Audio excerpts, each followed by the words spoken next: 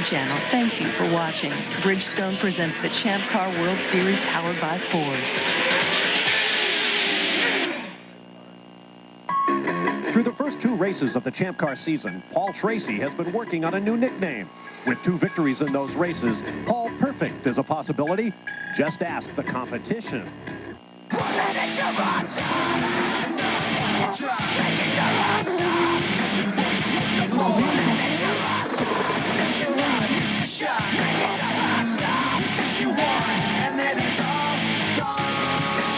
Today, the Champ Cars return to a circuit known as the American Monte Carlo. Sebastian Bourdais has won on the streets of the Principality. Now he wants to beat Tracy at the beach.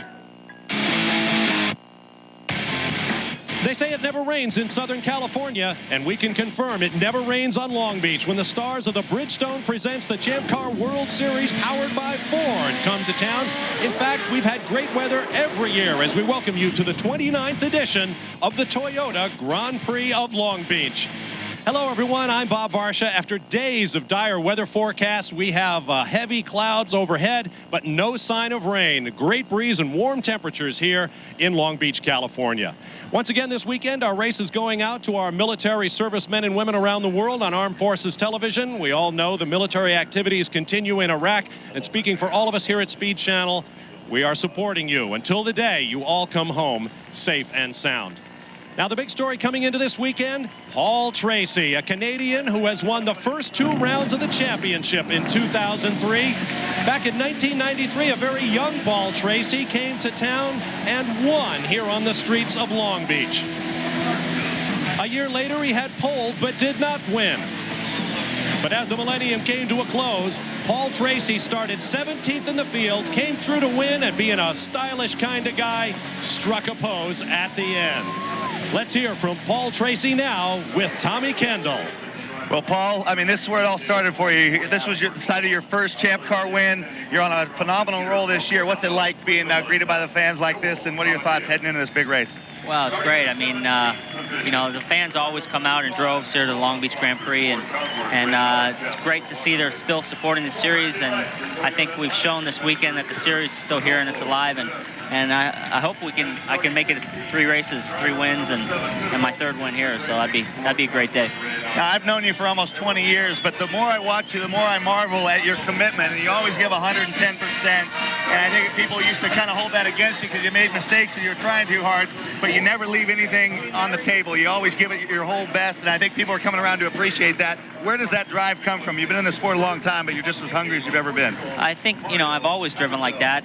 I think maybe probably now I'm more mature and I can assess what's risk is worth the benefit and what's not. So, you know, and also the fact that joining Team Players, they've given me a great car and a great team and a great group of guys, and everything just seems to be happening right now. And when it is, you got to take advantage of it. If it, you know, when things are right and you don't take advantage of it, then it's your own problem. So, you know, we've got a good car today, and hopefully we can make a good day. Now, we're only 10% of the way through the season, but you're at the point where you can almost put a stranglehold on this series. So you've got 2 wins, but you got to kind of keep pushing. Right next to Michelle is a good friend of yours, but business is business. What are you going to do heading into turn 1? Well, I don't know. I mean, it depends what kind of a jump he gets or I get. I'm on the outside. The outside is a better braking zone. I'm sure he's going to try to protect the inside. So, you know, we'll just have to see what happens. My goal is to get through the first corner and then get the race going. And then I know we got good sets of tires like Mexico. We're in good shape on tires. All right, well, I'm going to let you revel in the fan support here. We're going to get it back upstairs to Bob. All right, thanks very much, TK and PT. Now, we want your opinion. Do you think Paul Tracy will be able to win his 3rd consecutive race to start the season, his 3rd victory here at Long Beach? Tell us. Go to www.speedtv.com and cast your vote in our Speed Poll ballot. And while you're there, click on the email link, and you can email us your questions and comments live here in our announce booth as the race goes on. Now, the Queen Mary at her berth on San Pedro Bay has been a lucky charm for a lot of drivers here in Long Beach. None more than our booth colleague, Scott Pruitt, who won twice in go-karts on these streets en route to national and world championship. 1987, he won in a Trans Am car for Jack Roush. And then he began his Champ Car career here with Dick Simon, drove for the Two Sports team, and in 1995, driving for Pat Patrick's racing team, he finished second on these streets. The best performance ever for one of the original founding teams of championship auto racing teams. He joins me now. Scotty, I know you've had so many great highlights around these streets, and doing well here is important to drivers. It's very important to drivers. Long Beach is the biggest race of the kart season. A driver wants to do nothing more than to make a big, bold statement. But believe me, this is a tough place. If you don't got it buttoned down, this track will reach out and touch you. And that's exactly what's happened throughout the weekend thus far. 2 days of practice and qualifying. It all began on Friday, well, frankly, the way it has begun for 28 years. Lots of difficulty finding traction, spins, and crashes. That's Mario Dominguez there, bringing out a red flag. Paul Tracy kissed the concrete with the left rear Bridgestone, but was the fastest man in qualifying on Friday, picking up a championship point, and then getting this secret handshake from Roberto Moreno. PT quickest on day one. On Saturday, Tracy did it again in the wall at turn 5, but this time he was not the fastest man of the day. That honor went to Michel Jourdain Jr. of Mexico for Team Rahal, his first career pole in 123 starts. Picking up the story is Calvin Fish. Well, Bob, for the third time in 6 years, it's going to be a Team Rahal car that starts today's race from the pole position. Bobby Rahal, great performance by Michel Jourdain yesterday. He's proven he can finish races. He's proven he can finish on the podium this year. What does it mean to him internally to now show he's the fastest man out there? Well, I think that's been a big step because, you know, in St. Petersburg, you know, good enough to be second but not fast enough for the lead, and same thing in Monterey, but to be able to run consistently quick all weekend, I think he's got a lot of confidence, and you know, getting pole does a lot, but just, you know, running every session, being up, you know, first or second quickest every session, that does huge things for your confidence going into a race, and I think he's gonna have a great one. All right, well, hopefully he'll have a better start than last year. Jimmy V was on the pole last year. Didn't make the best of starts. I'm sure Bobby has given Michel some advice for turn 1 today. All right, thanks very much, Calvin. Now let's take a look back at the history of this great race. Dan Gurney, an American racing legend in his own right, signed on with local travel agent Chris Pook on the idea of bringing race cars to the streets of Long Beach. They brought Formula One here beginning in 1976. Mario Andretti winning in 77, and then winning 3 more times when the Champ Cars arrived in 1984. Let's meet the man now standing by with Derek Daly. And Bob, there's been some fan favorites here at Long Beach over all the years, but none more than the man beside me here, Mario Andretti. Mario, I know you love to soak up the atmosphere. You are pestered for autographs everywhere you go. But there are still people here, Mario, that think your win in Formula One defined this race in American motorsports. Well, I don't know if that's the case, but if it is, obviously, I'll take that. But the bottom line and the most important thing is that this event has really taken off over the years, and it's electrifying to be here. I mean, there's so much energy. You almost just feel so welcome because the city has been such a perfect host. So in the overall, you can see that people just want to be here. This is awesome. And I know yesterday in the historic Formula One demonstration, you were back in the Lotus 79, the car you won the World Championship in. And originally, everybody was to have no helmets and wave to the crowd. You put your helmet on and said you weren't going to do a demonstration. You were going to go for a blast as fast as you could go. You couldn't help yourself yesterday. Well, it was my chance to pass all those guys, you know. They didn't have a helmet on, so I knew that they didn't want to get those rocks thrown at them directly. But anyway, yeah, I had a ball, and I warned the owner, Duncan Dayton. I said, yeah, you don't worry if I use some revs. He said, just go for it. And you know, it's just a great feeling. And the car was just prepared immaculately. It was almost like every bit as good as it was when I drove it then. So I certainly got a kick out of that. That was great. And of course, when Mario came in, he got a rounding reception from everybody. Everybody stood in the grandstands because just the mystique and nostalgic value of seeing those Formula One cars was exceptional. Absolutely exceptional. Thanks, Derek. Still passing after all these years is Mario Andretti. Here's a look at the Formula One history here at Long Beach. Mario Andretti winning in 1977. The late Gilles Villeneuve in a Ferrari in 1979. Nelson Piquet, Alan Jones, Niki Lauda, and John Watson in a great drive in a McLaren. Many of those cars are on hand this weekend. They've had a number of parades and even a race this morning. A great, great day for all of us to see the cars in action, including this Tyrrell being driven by our own Derek Daly, who had 5 races in that very car back in 79 and 80. We'll be back to Long Beach. Speed Channel coverage of the Toyota Grand Prix of Long Beach is brought to you by Toyota. Get the feeling. By Bridgestone Tires, advanced technology that gives you a grip on the future. And by Ford. If you haven't looked at a Ford lately, look again. A beautiful look down on the Shoreline Drive of Long Beach, California. Front straightaway at the Toyota Grand Prix of Long Beach. The driver parade has just concluded. Drivers will be headed for their cars. But there has been news made this weekend. There was a big ownership meeting on Friday, or make that yesterday, Saturday, here at Long Beach. And with more on that story, here's Derek Daly. Bob, John Lopes is the Vice President of Racing Operations for CART. He also chairs the franchise board meetings. And I know, John, there's been lots of rule changes over the winter time, but it's an ongoing process. But you had a very interesting meeting yesterday and some interesting information that you want to share with us. Yes, Derek. I mean, it is a step-by-step process as we're changing the culture here in CART. But to the credit of the franchise owners, 2 very big things happened yesterday. The first is they voted unanimously to include all of the new owners that have invested their money and their sponsorship efforts into the series to expand the board to 19 full voting members. But probably the most significant thing and a huge cultural shift for CART is the franchise board voted to move all engine-related rules and matters over to management and remove themselves from that process, which of course creates a chance for us to speak out to the engine manufacturers in the world and say we've got our house in order and it's now being managed the way it should be managed. John, do we take it that then there will be more similar meetings? We could have more dramatic changes like this, because this is a big change. Well, it is a big change, and it's a step-by-step change. I think over time what's happening is management is being entrusted with the bigger decisions of the series that traditionally have been with the franchise owners.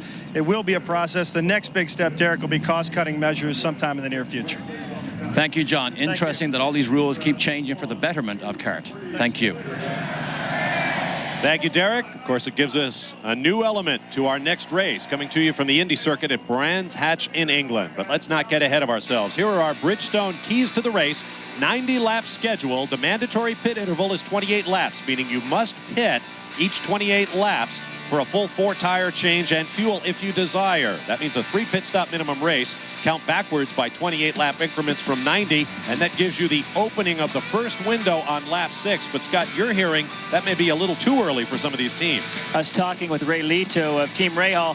Their concern is, even though that opens at 6, we don't want to see a yellow at 6. We'd like to see more 10 or 11. We'd be very comfortable with that. That would work into our plans because this pit lane is so long. It is very long. You take a long time to get up and down the pit lane, in addition to the time you spend stationary. Let's get more with Calvin Fish. Well, Bob, there's been a lot of discussion lately about whether these pit stop windows should go away. We'll try and get a driver's perspective here. Alex Tagliani, great qualifying run yesterday. But first and foremost, if they do change this ruling and allow the pit windows to go away, do you think I'll make for better racing?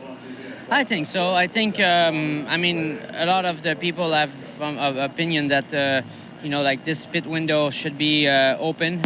I think what it's going to do is we're going to see different cars on the track with different configuration. You know, like the age of the tire will be different. Some are going to be light, some are going to be heavy, and hopefully we'll see more passing like that.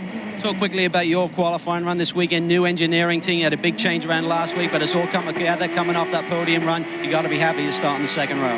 Yeah, it's very, very nice for the Johnson Control team. I mean, it's a young team. We're still, you know, working on some of the aspect of the team to make it a very competitive team. But, you know, finishing third, qualifying third again, it's really good for this young team. Well done, Tag. Good luck this afternoon. He was actually second fastest amongst the drivers. Paul Tracy locked into the front row from his Friday qualifying time. But the man who was quicker than everyone stands by with Derek Daly. And the man everybody will chase is, in fact, Michel Jourdain. Uncharted waters here. You came here 7 years ago as a 19-year-old, made your debut. Today, you're the fastest man on the field. Do you sense a bit of pressure on you, that the focus is going to be so much on you and see how you perform under that pressure? Well, of course, I mean, you're in the front and you're going to stay in the front, you know, but I think we have the car. It's good pressure because, I mean, when you have a car to stay in the front, it's okay, you know. The car is the team did a great job. I mean, last year Jimmy got in the pole. The car, I mean, we've been fast in the first 2 races, but I think we have a better car than the last couple of races. So I love this track, and hopefully we can get our first win today. Good luck, Michel. Thanks, Eric. What a moment it would be for him, not only having his team around him he's been with for so long, but his father and uncle here as well. Now back to pit strategy and how it blew up the early rounds for Sebastian Bourdais. Pole in the season opener in St. Petersburg, Florida. But his team chose not to pit when the window opened under caution. Came in later, he came back out full of fuel, cold tires, and was blown away. He later dropped farther back in the pack when he had an accident trying to recover. Monterey, second round, second pole, second problem. First pit stop under yellow, he did not come in. Best I can tell, Sebastian didn't hear the instruction to pit. Now we're in exactly the same situation as St. Pete, and I didn't want to be in this one. And once again, he went out and tried to make up ground, touched the wall, and his race was over. A few points from St. Pete, none from Monterey. Let's go to Derek Daly. Here with the man who, at the start of this season, Bruno, many people thought you would be the championship favourite. A little bit of a struggle in the first 2 races, but now you're faster than your teammate. Year 3 in these championships have been good for you in the past. Do you get the feeling you can begin to control this if you can score a win here? I hope that we can do a good race today. We've been fast on both days. First day I was second fastest, second day I was third, but I'm starting 4th. I think the Pacific car in Yamaha's car is very good, and I hope we can go forward. Good, thank you. Of course, Bruno's teammate is the young French rookie Sebastian Bourdais, who for the first time this year is not on the pole. Well, Bruno Junqueira has some pressure on him this year, but he also has a history of coming through in his 3rd year in any series he has raced in. South African Formula 3, 2 years in the series, took the championship. FIA Formula 3000, 2 years, and then the championship. This is his 3rd year in the Champ Cars. Now let's talk about the pit lane here at Long Beach. Last year, Cristiano D'Amata, the eventual series champion, came in here on a streak of 3 successive victories, but going for his 4th into the pit lane, he went right into the path of Adrian Fernandez, and D'Amata's race was over. His crew downcast. Fernandez continued. Let's go to Calvin Fish with him.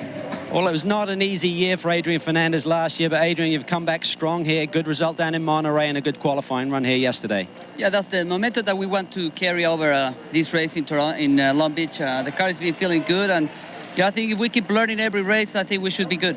Talk about the traffic situation here, very tight confines around the streets. How patient do you have to be today?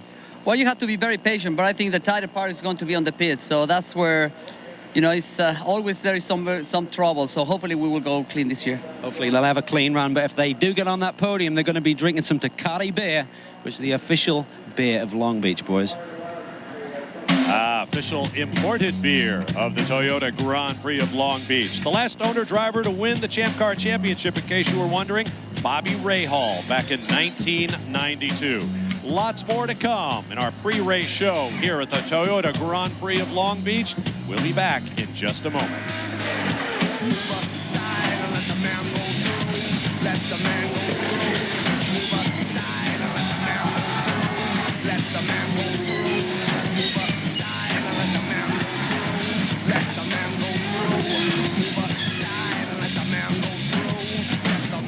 Throw.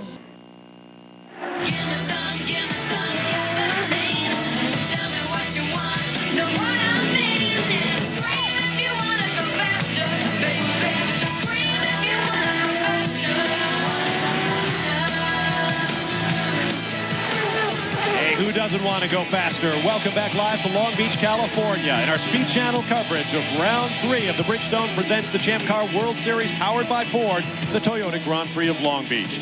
We hope you were with us earlier today here on Speed Channel for Round 2 of the Toyota Atlantic Championship. It was dominated by the man standing by with Calvin Fish. Well, he was certainly faster than anyone else this morning, Bob. AJ Allmendinger, you won the Barbadage Pro Series last year on the kart ladder system. First win in Toyota Atlantic. It has to feel great. Oh, it was amazing. It was a total team effort. Team Rusport, Carl Russo, the owner, gave me the opportunity. The car was great the whole weekend, and we just put it together and had a flawless race. Great run for AJ. His teammate Aaron Justice was second. It was a Rusport 1-2. We may see many more of those for this season, Bob.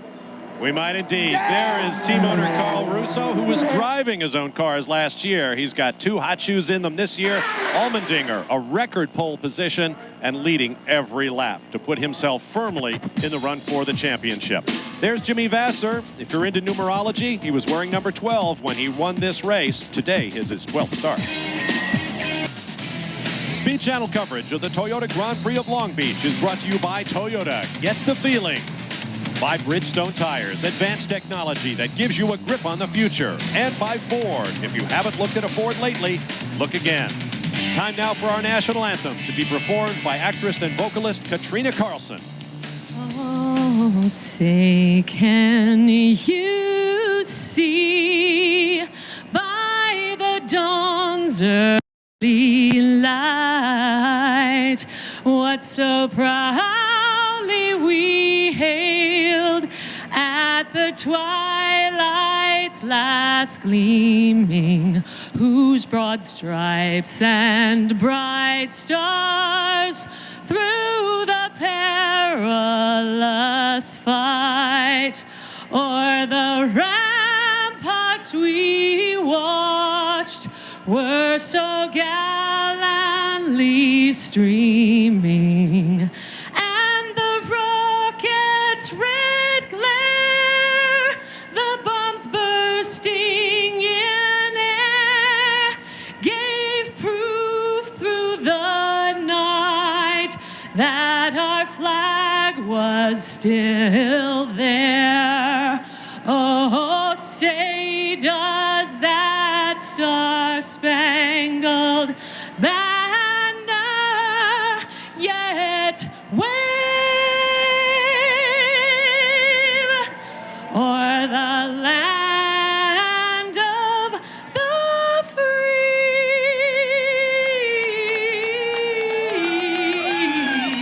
and the home of the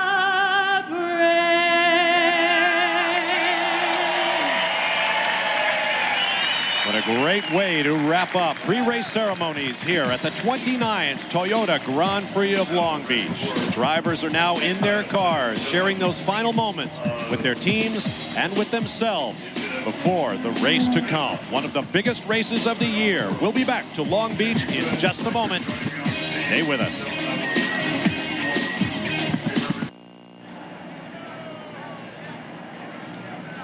Gentlemen, start your engines.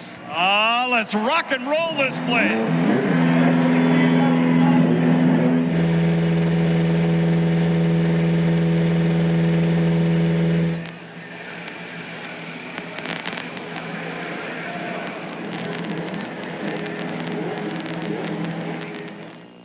For 3 decades, one set of American city streets has hosted the world's best race drivers. In the early 1970s, promoter Chris Pook began the transformation of Long Beach, California from a seedy port into a racing mecca. Pook's dream became reality in 1975. A year later, Long Beach joined the Formula One calendar, highlighted by a 1977 win by American world champion Mario Andretti. Beginning in 1984, the kart champ cars arrived at the beach, led once again by Andretti, who won 3 more times, son Michael, who won in 1986 and again 16 years later, and Al Unser Jr., who dominated the race with 6 wins. Over the last 28 years, Long Beach has become renowned as a race won by the quick and the daring, drivers with sharp reactions and sharper elbows, a race that rewards aggression. Today, the Champ Car Series' most aggressive personality and winningest active driver, Paul Tracy, takes aim at history by remaining undefeated with his 3rd straight victory at the same track where he won his first seasons ago at the beach.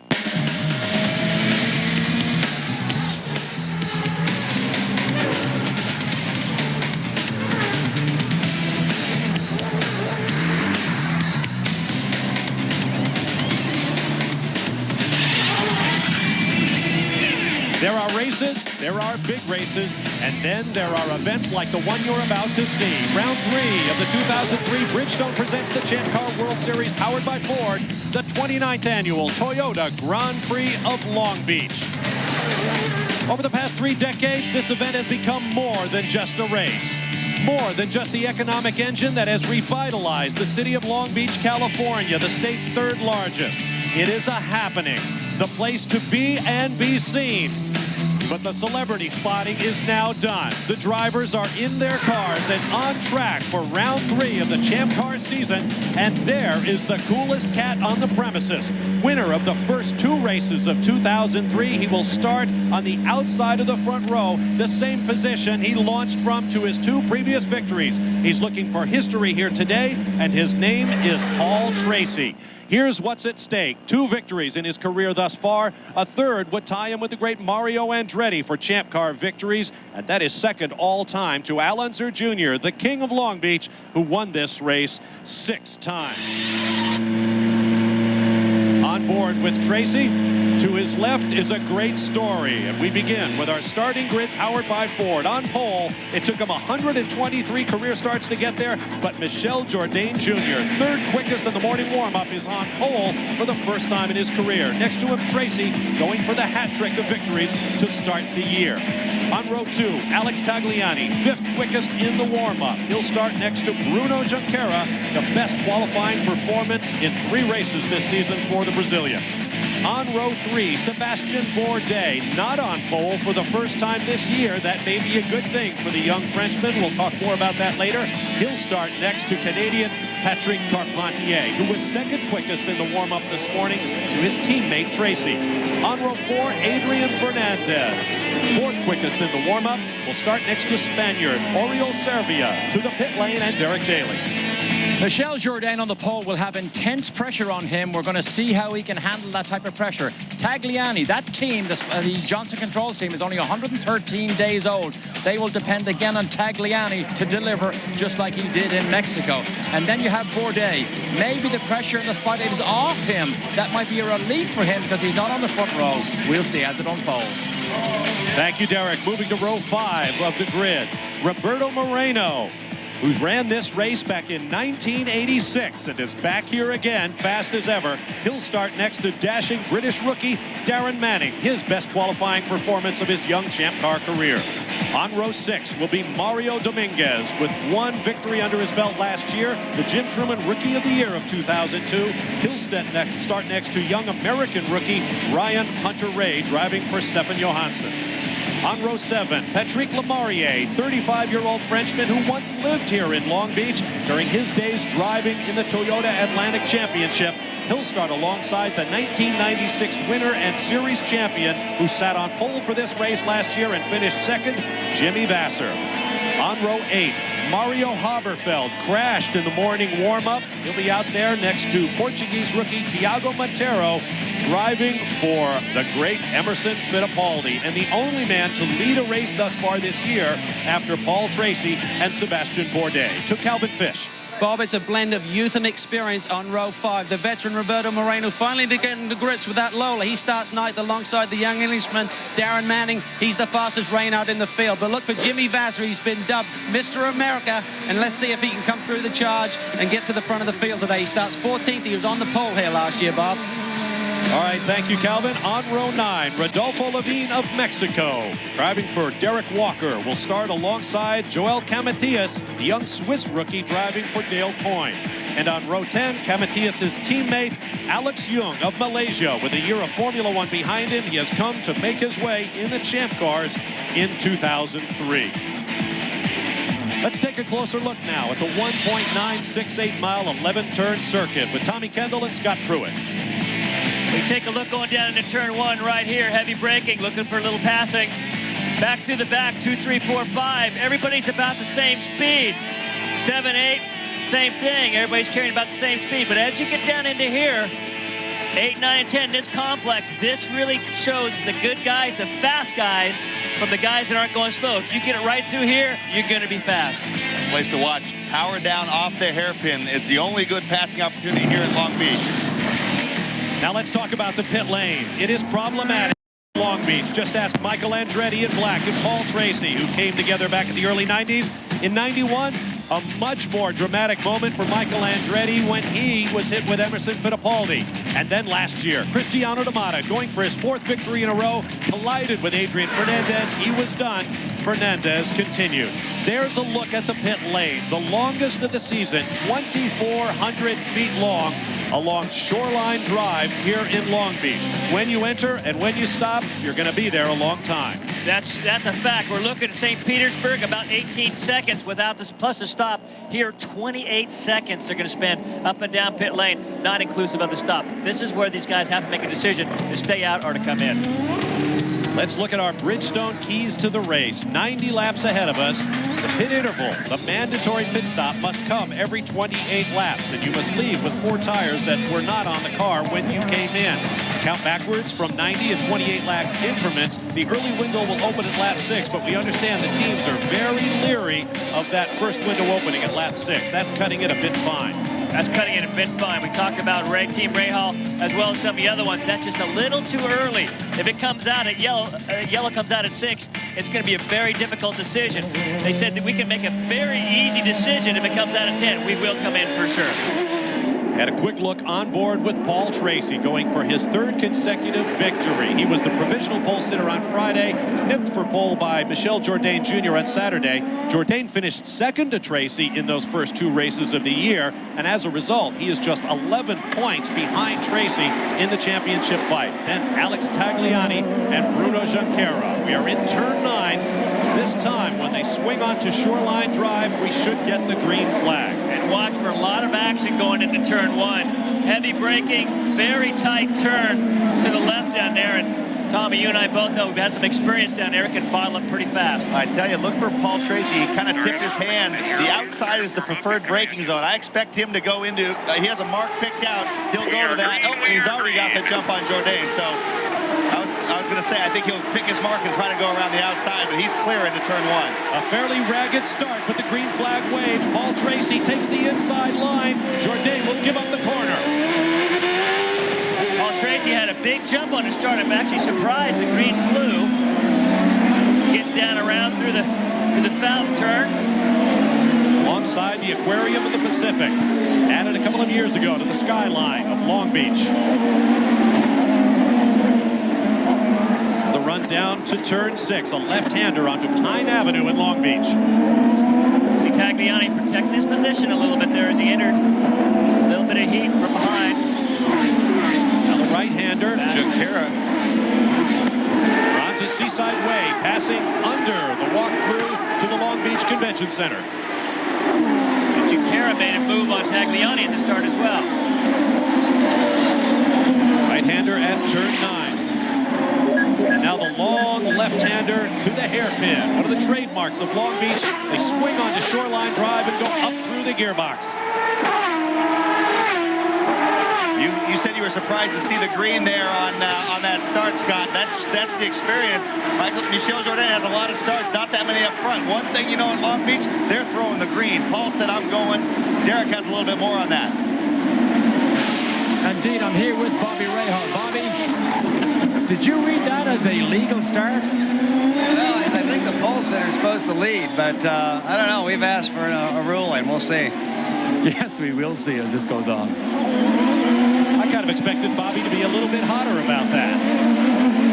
It was a very ragged start. Nonetheless, we are underway. There's Alex Tagliani to the right of your screen. Let's take another look at the replay. Huge jump. Well, that seems pretty black and white right there. Paul Tracy clearly ahead of Michel Jourdain. And PT did exactly what he needed to do. You know, it's up to the starter to ride off or to tell him he can't do it. If he can pull one off like that, all the better. Yeah. It looks like he should do this, but as a race car driver, Tommy, you and I both, I mean, if you can pull it off, do it. Well, there's nothing to talk about now because if the starter didn't throw the green, he could have warned Paul. But when he throws the green, he's basically saying, I approve that start. Absolutely. And recall last year on the Milwaukee Mile when the same thing happened. Adrian Fernandez was on pole. Paul Tracy jumped on it when the green flag waved, clearly led the field across the start line and went on to win that race. And this is when Team Rahal should be telling Michel, it's okay, Michel, just focus on your race, stay in your game. It's easy to get a little bit ragged. He's going, oh, I can't believe the start. I can't believe they threw the green. Stay in your game. Focus on your race. The Rahal surely, every race shows how fast they are in the pits. See if they can let it come back to him. That's one thing he has in his hip pocket. For that to work out, if he can stay close to Paul and come in on the first stop, close to Paul Tracy, the Team Rahal Gigante team has the lowest average pit stop and lowest cumulative pit stop time for the whole season. They did the same thing last year with Jimmy Vasser. So if he can be close enough to Paul and they come in, he can hopefully have the team do the hard work for him and leave him in front. There's Bruno Junqueira, preseason title favorite, but he's been a little bit struggling to get out of the box, shall we say. Outshined by his teammate Sebastian Bourdais qualifying the first 2 races. This weekend he outqualified Bourdais for the first time. These guys, Bruno and Newman Haas, they need to get in just to a good rhythm. They need to get just a good race under their belt and see if they can start stretching that out. Down into turn 1. Now we're hearing reports Bruno has told his crew that he has flat spotted the right front tire. So depending on how badly it's flat spotted, once you have a flat spot, it wants to stop again every time it hits that flat spot. It tends to get worse and worse. So he's got to balance the need to run quickly and keep those guys behind him. All right, let's take another look at the start. Here they come off the corner with Jourdain in red and white leading. I'm looking for the flag man to the left of the screen. Paul's on it. Paul is gassing it right there, and the flag is waving, so I rest my case, I guess. There's the view from the flag stand. I don't think Bobby Rahal is going to win that argument. That's J.D. Wilbur, our flag man. Unless I'm mistaken, he is the man in whose sole discretion the race starts or it doesn't. Yeah, exactly. The thing is, it looks like Paul just got a slight jump. It might have been an earlier flag than Michelle was expecting. We'll be back live to Long Beach in a moment.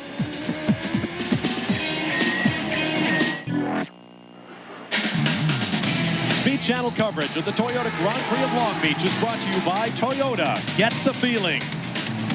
By Bridgestone Tires, advanced technology that gives you a grip on the future. And by Ford. If you haven't looked at a Ford lately, look again.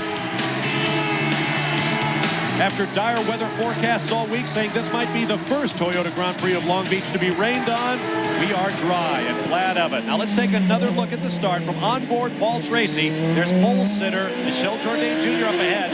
Watch for the green flag. Yep, you're right. Well, definitely waving when he got there. Onboard Bruno Junqueira.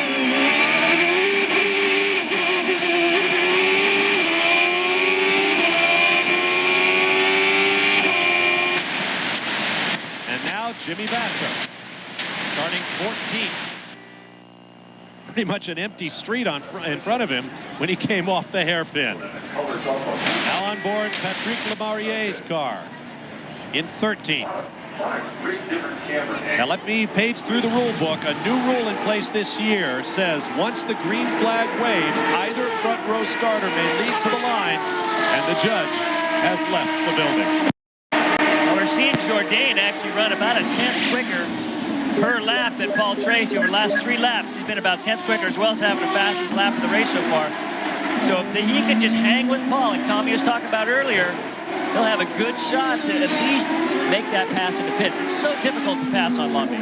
Of 190 racing laps coming into this weekend, Paul Tracy had led 140 of them. Let's get more on his situation now with Calvin. Well, the team has asked Paul to save fuel. There's no change on the mixture setting that he can do, but certainly back off a little bit on rest. But he's radio back saying, I can't do that. Michelle is pushing me too hard. I need the fuel I'm using. The one ace up Tracy's sleeve is the fact that he does have 4 good sets of Bridgestone tires after the problems that he struggled through in qualifying yesterday. Let's go down to Double D, Derek Daly. The man in third place, Bruno Junqueira, has radioed in that he has flat spot at the right front. He was concerned. The team said, don't worry about it, just take it easy. Interesting enough, the Newman Haas team told both their drivers on the warm-up laps, the parade laps, to save as much fuel as they could. Let me get back to Paul Tracy's tires as you take a look at Bruno Junqueira at work in his cockpit with our shifter cam. In Monterey, in our last round, Paul Tracy crashed in Saturday morning practice, did not take part in Saturday afternoon qualifying, still started on the front row with 4 fresh sets of tires for the race. He said it was key to his second straight victory. I'm surprised more teams haven't picked up on that a little bit here in Long Beach and saved tires for race day. Well, it goes both ways because track position being so important in these races, Paul by locking in the front row on Friday, he saved a set yesterday. But you have to decide, do I want to throw 2 sets at it both days and get up in the top 3 or 4? You're better off, even if you're having to defend the guy from the guys behind you, than trying to come from 10th forward, even with stickers. So the guy on Friday, by locking in that front row, has a huge advantage. I think you'll see lots of guys starting to use only 1 set if they're on pole on Friday. On board with Bruno Junqueira. Get a real good chance to see. And now he goes to the hairpin. Look at that crank. Full right hand around.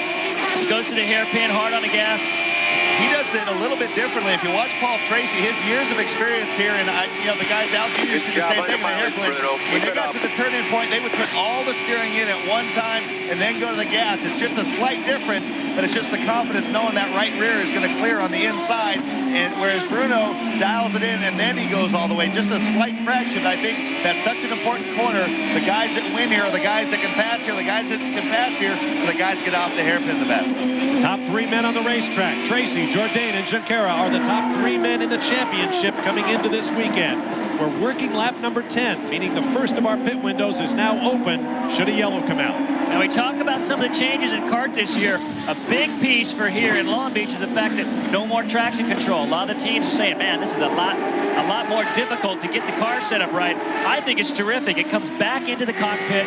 These guys have got to control their foot on the throttle. They need to be careful with those Bridgestones. You can burn them up pretty severely if you're not careful coming off that hairpin, and then you're going to be toast by the end of your run. Well, it's something the track control, Paul's crash yesterday in qualifying is just that. Coming off turn 5, it's very off camber, right out at the edge of the road. It's right where the boost hit. The back end stepped down and he kissed the wall. Last year, the traction control would have dampened that right out. Talking a little bit to Tagliani as Johnson control teams. And this is one thing to stay on Tag, too. He's been having a great run. But Tag's been one of those guys that can be volatile. He's shown a lot of maturity this year, and hopefully we can see that. Unfortunately, had a crash early on, lap 6 down in St. Petersburg. Had a great comeback in Mexico a couple weeks ago. Now he has to get a little bit of that momentum and get some good finishes. Like Jimmy Vasser, he has won on these streets in the Toyota Atlantic Championship, the top step of the kart ladder series to the Champ Cars. Calvin Fish. Well, look for Tag to really come on strong towards the end of this run. He ran some very fast lap times yesterday on tires that had 25 laps on them, Bob. And really had the team beaming with smiles. So look as this run continues for Tag to come closer to Junqueira.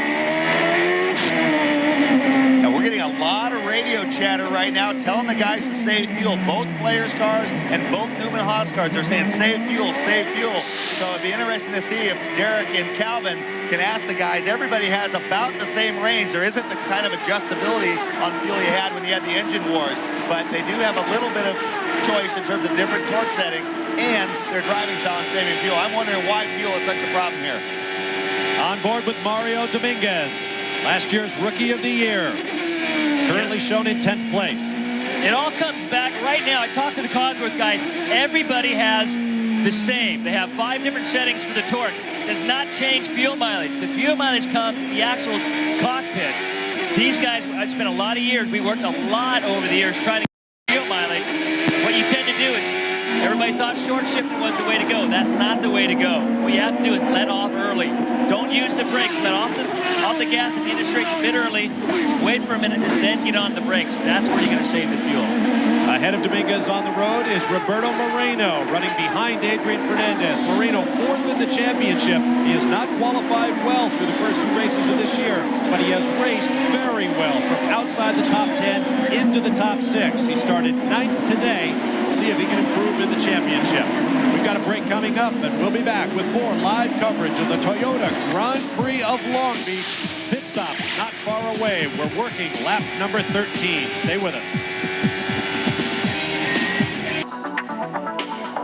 Who will join the list of legends to be named 2003 Driver of the Year? This year, Speed Channel joins with the Driver of the Year Foundation and you, the fan, along with the distinguished media panel to decide which driver in American motorsports deserves this prestigious honor. From Winston Cup, Matt Kenseth and Kurt Busch, Paul Tracy and Tony Kanaan in the open wheelers. From drag racing, Brandon Bernstein, Michael Waltrip, Danny Lasowski. Go to speedtv.com to cast your vote, and the deadline is coming up this week, so vote soon. Welcome back to the streets of Long Beach, California. Bob Varsha, Tommy Kendall, and Scott Pruitt with you. Calvin Fish and Derek Daly are in the pit lane. You ride with Paul Tracy, who at start-finish had less than a 1-second lead over Michel Jourdain Jr., our pole sitter in this 29th annual event.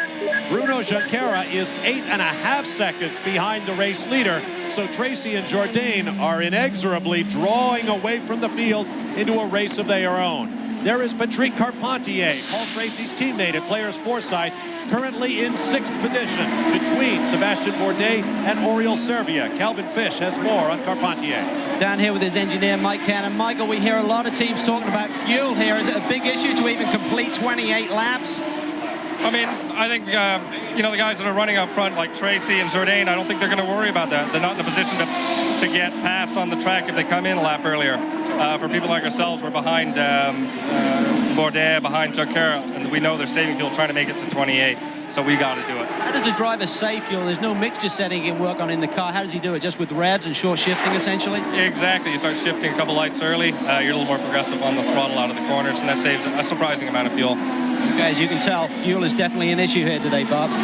I would imagine those shift lights on the wheel are probably a big help in doing that when you're not trying to watch a tachometer. They are a big help, but as he said, short shifting. In all the years of testing that I did, short shifting never saved fuel, ever saved fuel. It was more letting off early, coasting the car through the turn. That was where you're going to save fuel. One of the guys I've been impressed with is Michel Jourdain. He's hanging tough. Well, he's hanging very tough. And back to the fuel thing, Moreno was a guy who was always known as a guy who was pretty good on fuel.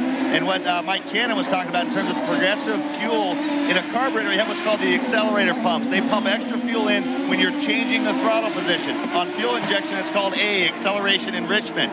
If you modulate the throttle and pump it a little bit during the corner, that will fill a coffee can in a hurry. A lot of extra fuel if you're changing the throttle position mid-corner. When you get to the gas, if you open it smoothly, you can save fuel that way and by coasting, like Scott said.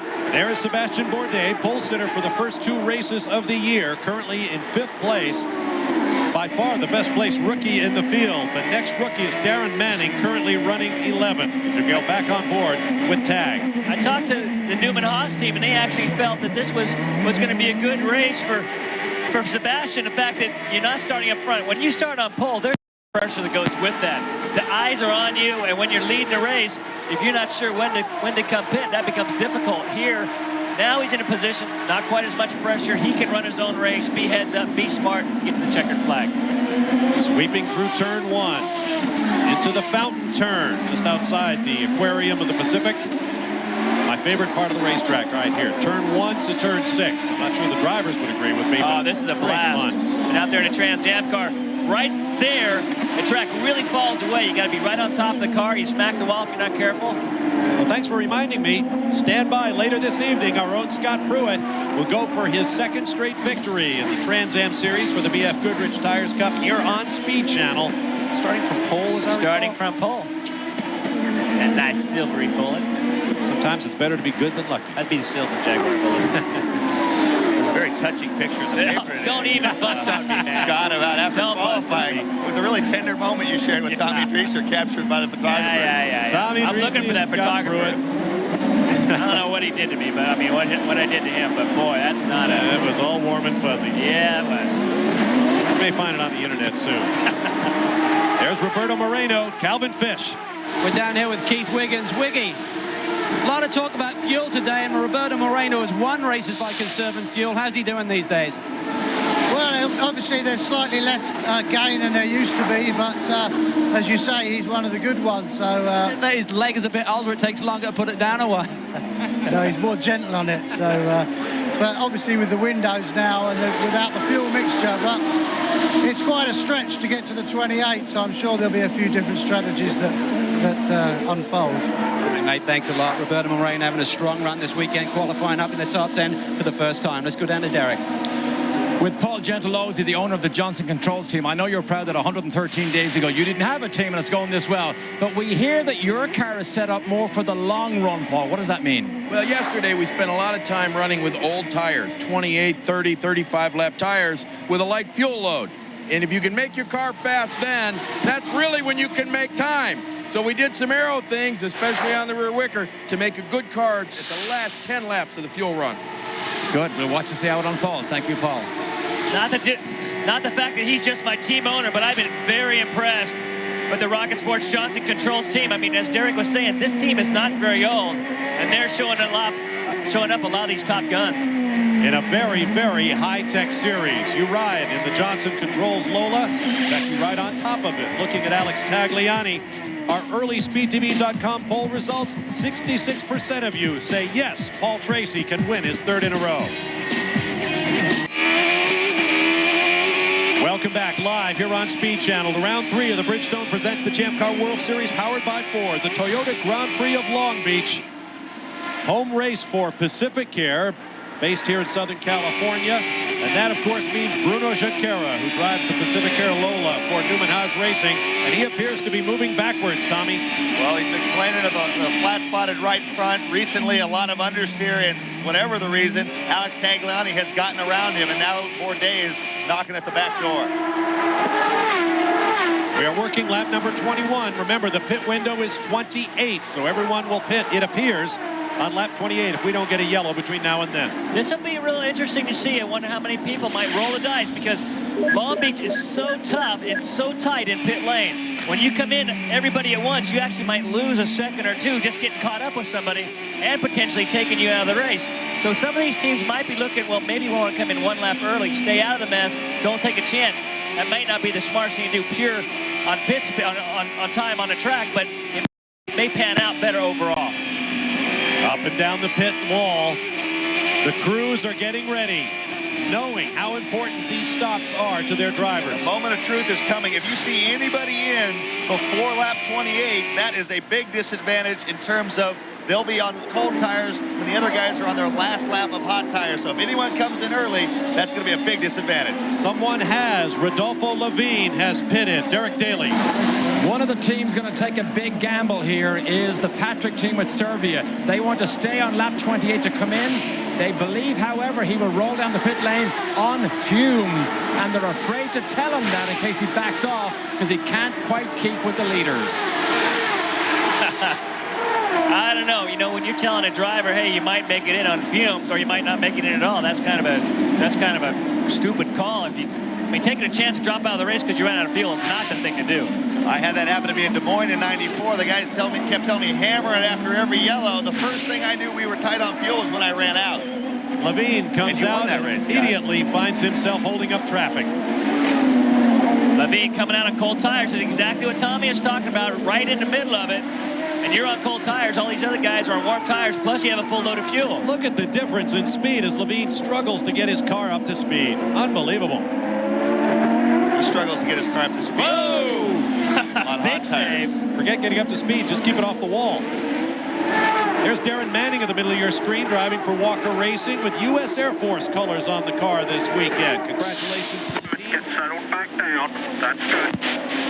They've been focusing, the Walker team has been focusing on Levin, just saying, you know what, just take it easy. Let's get to the checkered flag. Let's get a couple races under our belt. He's been struggling in the first few races. Okay, 6 laps to the end of the pit window. Calvin Fish. Well, I just checked in with Paul Tracy's team. Todd Malloy, his new engineer, said we're hoping to get to lap 28. They're monitoring it closely. They believe they will just squeak through. They do not want to pit a lap earlier than Michel Jourdain. And this is where PT showed his speed. And when I talked to him after Monterey, he said the only time he really extended himself was before the stops to buy himself a little cushion. And that last lap was his quickest lap thus far at 10.1, 4/10 quicker than Jourdain. But Jourdain is not giving up. Trying to answer back. Be interested to see what the times are on this lap. Gante car with Michel Jourdain. Very pleased with the performance this weekend. Very happy with the traction. They felt very confident going into this race. Interesting thing happens when a young driver, even though he's been in the series a long time, when you get a whiff of the front, when you finally feel like, hey, I can race these guys, and Jourdain answers back with another 10-1. Paul ran another 10-1. Jourdain answers back with a 10-1 as well, holding the gap constant. The winningest active driver in the series in a duel with a young driver yet to win his first Champ Car race in his 123rd start, Michel Jourdain Jr. No, it's got to be a tremendous confidence builder for him, knowing if I stay close, I know that my guys in the pits can get me out ahead of Tracy. Another interesting note here. I was talking to Michelle just for a moment. He said, the guy who taught me most about how to get around Long Beach fast, Jimmy Vasser, my teammate from last year. Of course, Vasser so disappointed in that astonishing race last year. Started from pole, thought he had the race in the bag, and Michael Andretti pulled a bit of pit wizardry. We're talking about how long this pit lane is. That's exactly what happened to JV last year. That pit lane is so long, you spend so much time because it's virtually from right there. You're running 50 miles an hour, clear down into turn 1. So you're running, even if you're in pit lane here, Paul Tracy goes down the straightaway at 180, 85 miles an hour. So right there, you just saw it off to your right. That's a long time at 50 miles an hour. A 9.7 for Paul Tracy and another 10.1 from Jourdain. Fast lap of the race thus far. Tracy doing everything in his considerable powers to get away from Michel Jourdain Jr. behind him. Just got a note from the team, from Tracy's team. It says, we need a gap. Watch your pit board. We need to stretch a little bit of a gap. That's because they know Team Rahal is good in the pits. And this is what Paul relishes. He's had things pretty much his own way, but I sense that part of him wants a head-to-head fight to really say, hey, this is what it's all about, guys. Let's throw it all down. And it looks like they're going to clear the decks for Paul Tracy. His teammate, Patrick Carpentier, we understand will be in momentarily. That might be Tagliani. Oh, Tagliani, excuse me. It's going to be Tag. I don't know if that's 24. That might be a little early. That's why I thought it definitely a little early. Watch how far it hurts him. Tagliani's in third, 12 seconds behind Tracy right now. But with Bruno Bourdais and Carpentier behind him, they go to 28. Chances are they'll come out ahead of Tagliani. That would not be the call I'd want to make. I want to stretch it out. There's Carpentier. Tagliani is in the pit lane. Derek Daly awaits him. Bob, he's already had fuel fluctuation problems, so he is concerned. Well, the concern is now okay, because he was concerned he might not make it in here. On the brakes, reset your fuel, good. You can hear them say reset the fuel. He had a fuel pickup problem yesterday. But Gentilozzi, Paul Gentilozzi told me, he says, we just can't go any further. They called in yesterday during qualifying. It started fluctuating on the telemetry they have in the pits. They can watch the fuel pressure. This is not a good thing for this team. It's going to cost him significantly as he rolls back out onto the track. Jerking around on that pit lane speed limiter.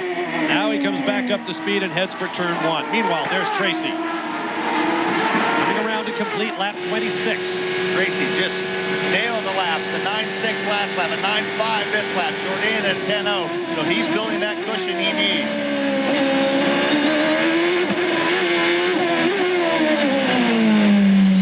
Paul Tracy is in control of this race right now. They told him to stretch it out a little bit. He's gone for about 8 tenths of a second to 2.5 seconds over second place. Well, Tracy would be closer to Jourdain in those cumulative pit times this season that Tommy mentioned, but he stalled in Monterey. Admittedly, he had the race in hand, but that would be brutal if it were to happen now. Yeah, that was a problem there that they found with the pit lane speed limit, which is why they had him shut it off on the last stop. A software problem, which we believe that Ford Cosworth has fixed.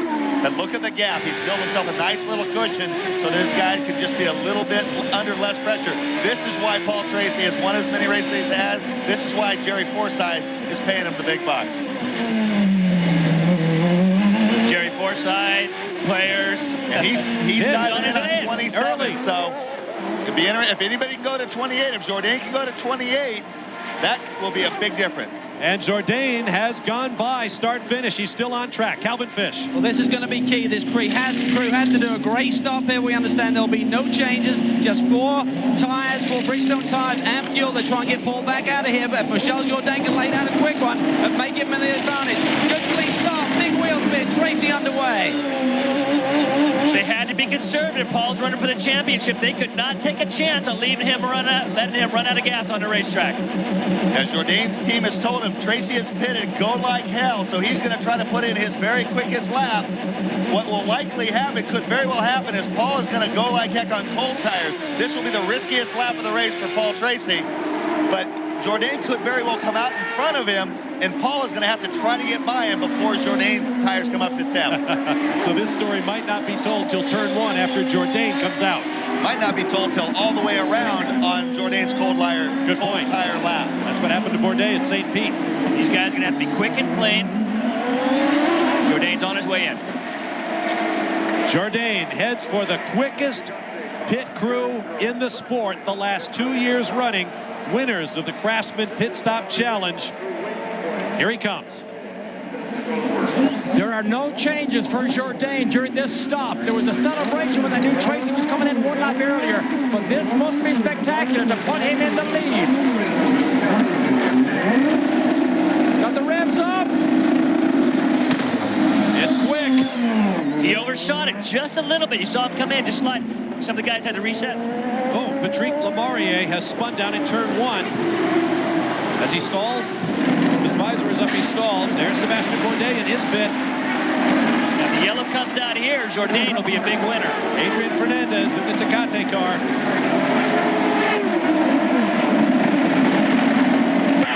Yellows, even if it's a standing yellow in turn 1, that might be the only chance Paul has to get by Jourdain, depending on when they come out. If the standing yellow is out for this incident, Paul cannot pass Jourdain, even if he catches him there.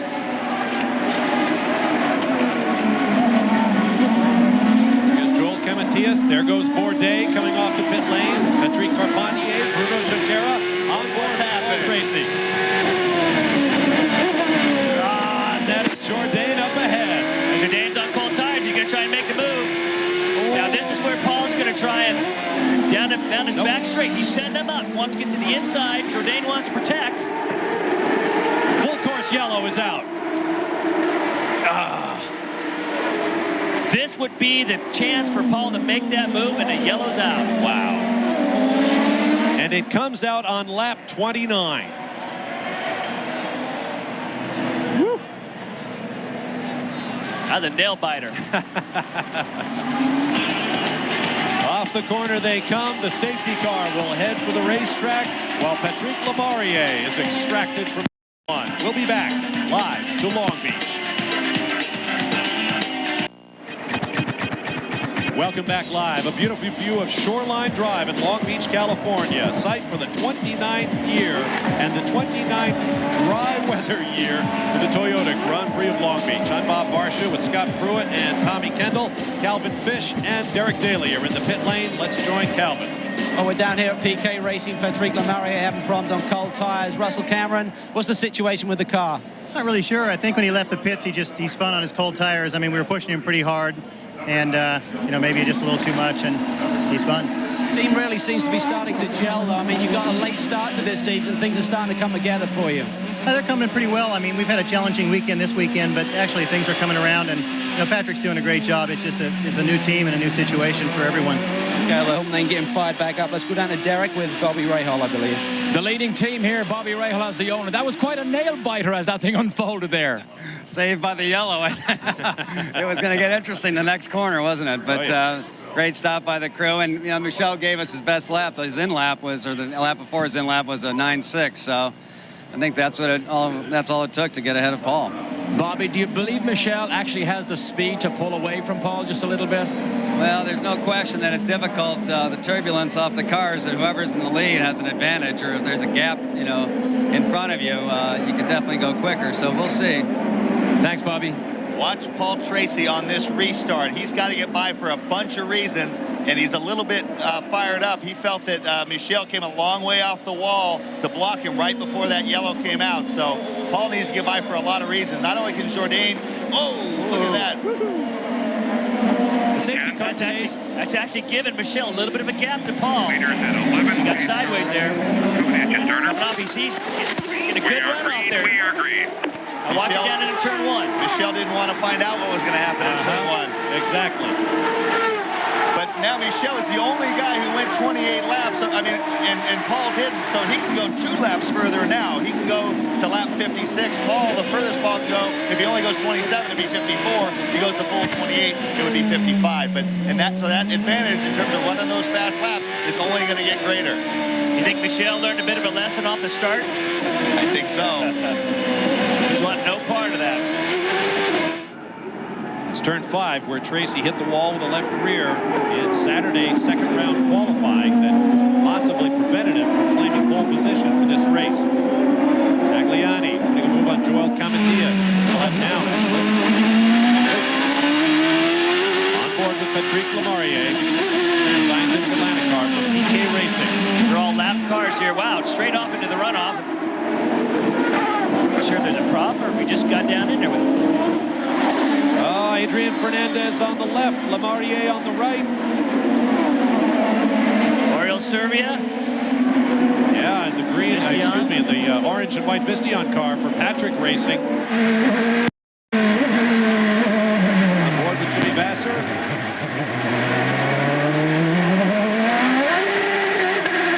To hear how low, how slow that hairpin is. It's way down in the RPM range. Kind of lugs almost coming off. Well, you know, Jimmy's progress right at the center of the hairpin got, everybody was checking up, so he picked up the throttle a little bit later. He was off the revs. It took a while for that boost to build. You saw Haberfeld got a little better run off. Whoa! I think that's Jung. Oh, I was just about to say, we still have 17 cars on the lead lap, more than a third of the way through the race. More Corsiello will be coming out. That's down in turn 1. Just got a little, this is a pretty touchy turn. That corner claimed a couple of drivers in this morning's round 2 of the Toyota Atlantic Championship, including Bobby Rahall's driver, Danica Patrick, coming off a podium in the season opener in Monterrey, Mexico. Once again, we are under a full course caution as Jung climbs out to Derek Daly in the pit lane. Paul, we watched Tag come in 3 laps earlier than the leaders. That's obviously a bit of a problem. Can you do something about that? Well, in the end, it's not going to hurt us because the windows are pretty variable. Yeah, we'd like to go fast. We put 31 gallons back in. We just got a little pickup issue. We don't know if it's going to equalize or if we use more fuel than we calculated early. We can get to the right windows. It just depends. The yellow fell bad for us that time. Next time, it could be in our favor. Paul, did he begin to run out of fuel? Yes, just only in high side load, high inertia situations. Lets us think that it's probably just a pickup issue. Thanks, Paul. I'm a little confused what he's talking about not hurting them. They went to 3rd from 6th. Simple Green safety crew goes to work. That's Lon Bromley, Cam Howie, Jeff Knapp, and Lloyd Mokler. I think he means it's not going to cause them an extra stop, but the stopping early and giving away all that ground on the guys staying out of hot tires will definitely hurt him. He just got offline, just got in there, got offline a little too deep, had nowhere to go, stuck in the tires outside of 1. Jung is out of the car. Oh, there's Joel Camatias. We saw him drive off over in the turn 6 area. Appears that he has completely lost the fire. Tough lap there for Dale Coyne Racing. We'll be back.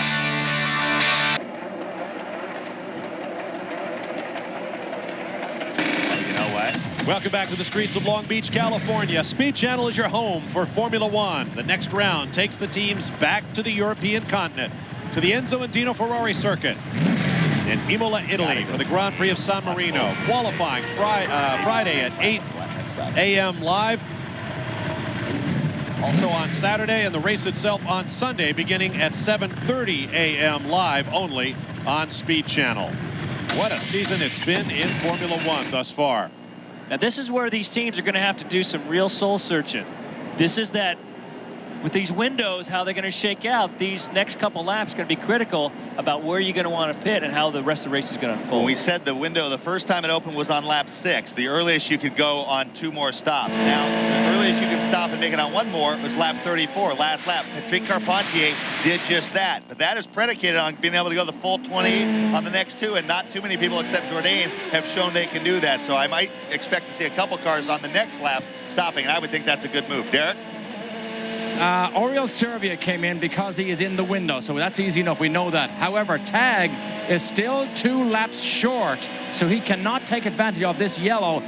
Even factored in a future yellow, so Tagliani in the Johnson Controls car is beginning to lose control here.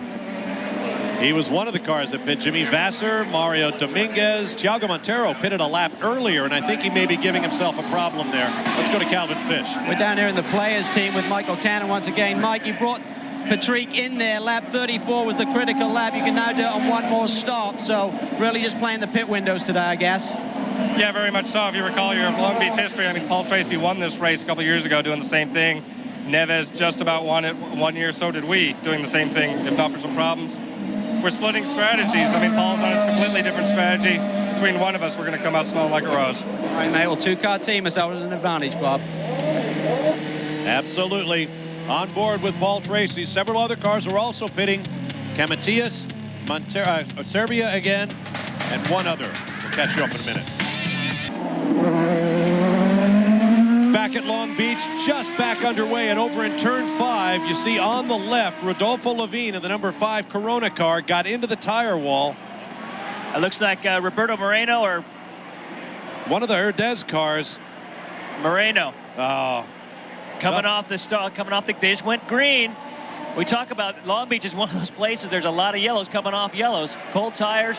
Doesn't take much for these cars to get away from you. I think Moreno was completely unsighted, as my colleague David Hobbs would say. Could not see around the cars ahead of him to see Levine there in the tire walls with the back end of the car sticking out onto the racing line, and he clipped him. Meanwhile, in front of us, a couple guys came in. Tagliani's in. Going to try to keep him topped up. Darren Manning in and out. Looks like Ryan Hunter-Ray in and out. Good going. Good job. Calm tires. Think about Rahal. I think I might have had Michel come in. In fact, I think that would have been a good gamble for the end. Yeah, I like that a lot. Now let's take a look while we're away. This is a replay of the restart. We'll try to take you up to the accident. Jourdain, third car in line is Levine, who is out of sequence now and running laps down in the front. Good launch by Jourdain. Tracy behind him. Down to one clean. Sebastian Bourdais thought about it, but did not go down the inside of the Mexican. And Junqueira thought about it from the outside of his teammate. Around the fountain. Okay, the next big right-hander coming up. There's Levine. Bruno avoids him. There's Moreno getting into the back of the car. Levine is just over his head. I'm sorry. He was out of control 4 or 5 turns before that. There's Levine, left to right across your picture, into the tire wall. Watch for Moreno right there. Bang. Looks like Manning may have caught a little bit of that as well. Not sure if he just swerved out of the way or if he may have got caught by something. A little further away. Way offline. Moreno gets into him. Well, I'm surprised nobody got into Moreno. That's about it. Everybody else got away clean.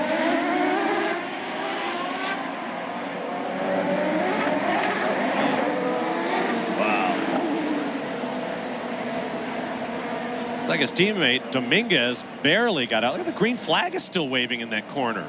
Hello? They're saying after the incident. Oh, okay.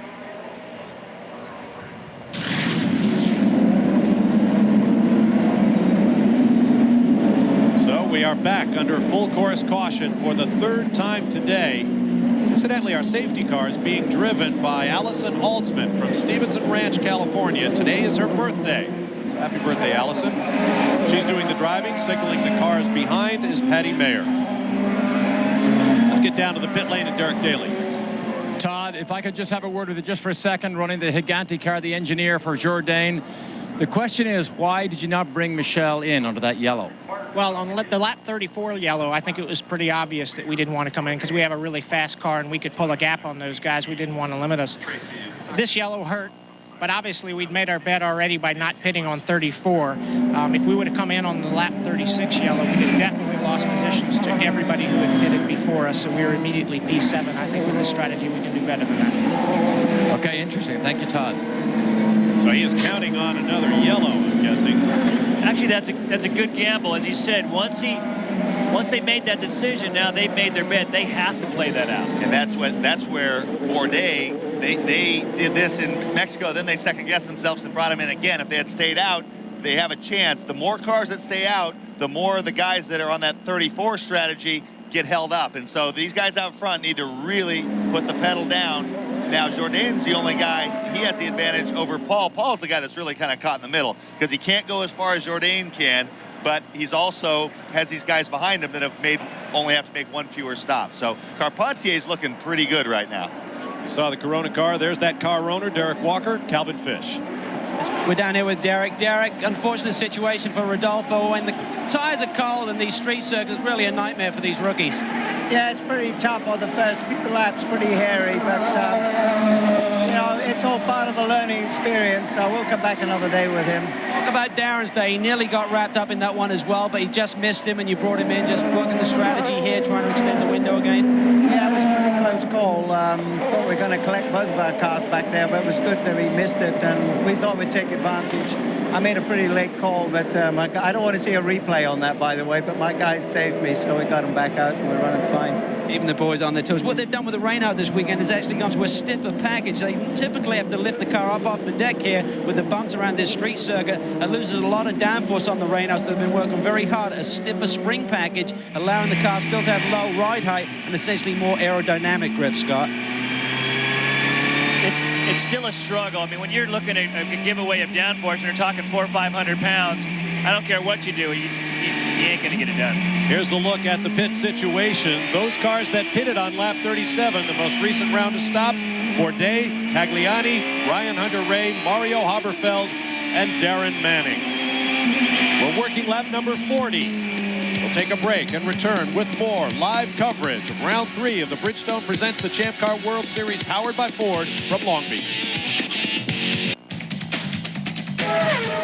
No doubt about it, the Bridgestone Potenza radials used in the Champ Car Series take a tremendous pounding around a street circuit like the one we have here at Long Beach. And now with no traction control, these guys are forced to control these cars. Look at Sebastian hanging that sucker out. Paul Tracy going onto the back straight. They're talking a lot of issues getting off the hairpin, spinning those tires. Tagliani coming off the hairpin, very tight, very slow, spin them right up. From 30-mile-an-hour corners to 185-mile-an-hour straightaways. Let's get down to the pit lane. Derek Daly and Al Spire. From Bridgestone Tires, Al, as you watch the big screen here, is it fair to say that on a street circuit like that, is this quite abrasive that these tires, your Bridgestone tires, take quite a pounding? Well, yeah, I mean, these tires take a pretty big pounding here, and they've got 750 horsepower. They mash their foot down on that accelerator. They can spin them, but, you know, this is our softest street course tire. It's holding up quite well. And, you know, when they come in for a pit stop, they not only put on a new set of tires, they also put in a couple hundred pounds of fuel, and both of that means they have to adjust, and the veterans normally deal with it pretty well. But, you know, it's a challenge for us, but we don't have the marbles that we used to have, and overall, we're quite pleased with how everything's going.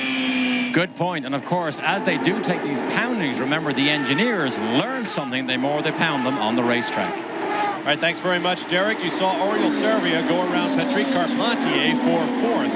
And that very well, if this strategy that they're on turns out to be the one, that will be the pass that wins Oriol Servia his first race. If these guys out front are not able to build enough of a gap to make up for that extra stop, so that will prove to be an absolutely pivotal move for Servia. See if we get another look at it as we go down into turn 1. This is going to be a great start from hero to 0-0 to hero. Last week in Mexico a couple weeks ago, made the wrong call. Here you go, off the green. Servia jumping out to the inside. Look at that car wedge, cold tires. Oh, smooth move up the inside. Now, right before that first yellow, Jourdain did a little bit of a block on Tracy right before the yellow came out. Paul complained. The message was delivered to Jourdain to watch for blocking. I asked for some clarification if it was an official warning. They said no. I am just when you think you've seen it all. I mean, I'm not quite sure if Neifel really wants to stop blocking. If he doesn't, great. Just carve him up. Let the guys do what they want. But if they do, he needs to grow himself a set of balls, or it's going to just keep getting worse. A warning for a warning.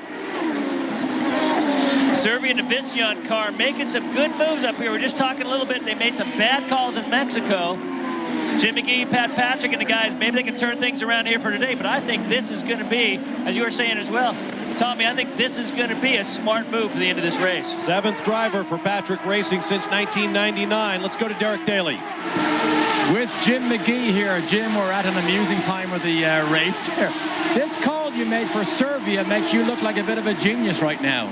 Well, you know how it is. Chicken one week, feathers the next. So, you know, Oriole's doing a good job, and the Visteon car is running good. And, you know, this pit strategy now with the rules we got, I think it's all going to go away after this race. It's kind of tough. You know, you kind of get caught in the middle. You know, like you say, you can be a hero or a zero, and it just depends on the luck of the draw.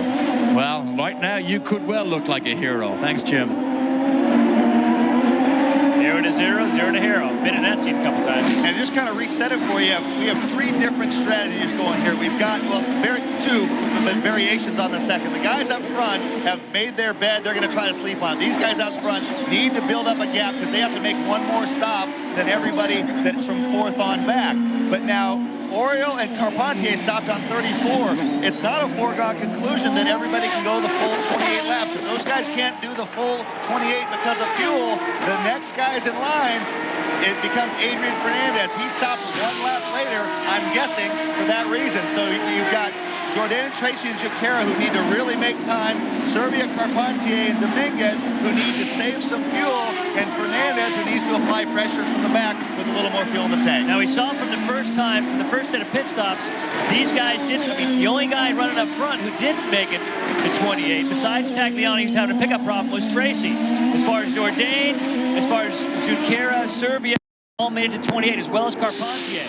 So these guys, we know, at least previous to this, can't make that full 28-lap distance. That's what they have to do. And the laps of yellow we've had will help. There was no yellow during that first 28. We're at the halfway point of the race. Lap 45 is behind us, working 46. And once again, Jourdain and Tracy are drawing away from the rest. 6th place, Mario Dominguez having a good, strong run.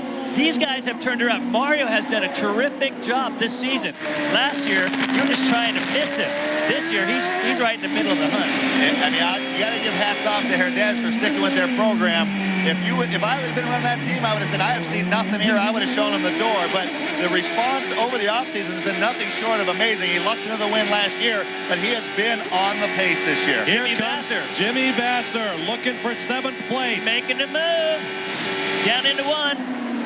Is he alongside? Yes, he is. Trying to make it stick on the outside. Oh, Buffalo boy, round the outside. Oh. And here comes Junqueira. Oh, Dominguez lost some momentum. That's Bourdais that wants a way around. Big move down in turn 1. Jimmy Vasser. Captain America. Peter Fonda. Easy Rider. You've got an Easy Rider Captain America helmet in the works. From what I've been told, Troy Lee, who does Jimmy's helmets, is taking a look at doing a special edition helmet. Let's look at our race summary. The leader is Michel Jourdain. He has led 19 laps. That's the most he has led in any race in his career. Now 123 starts and counting.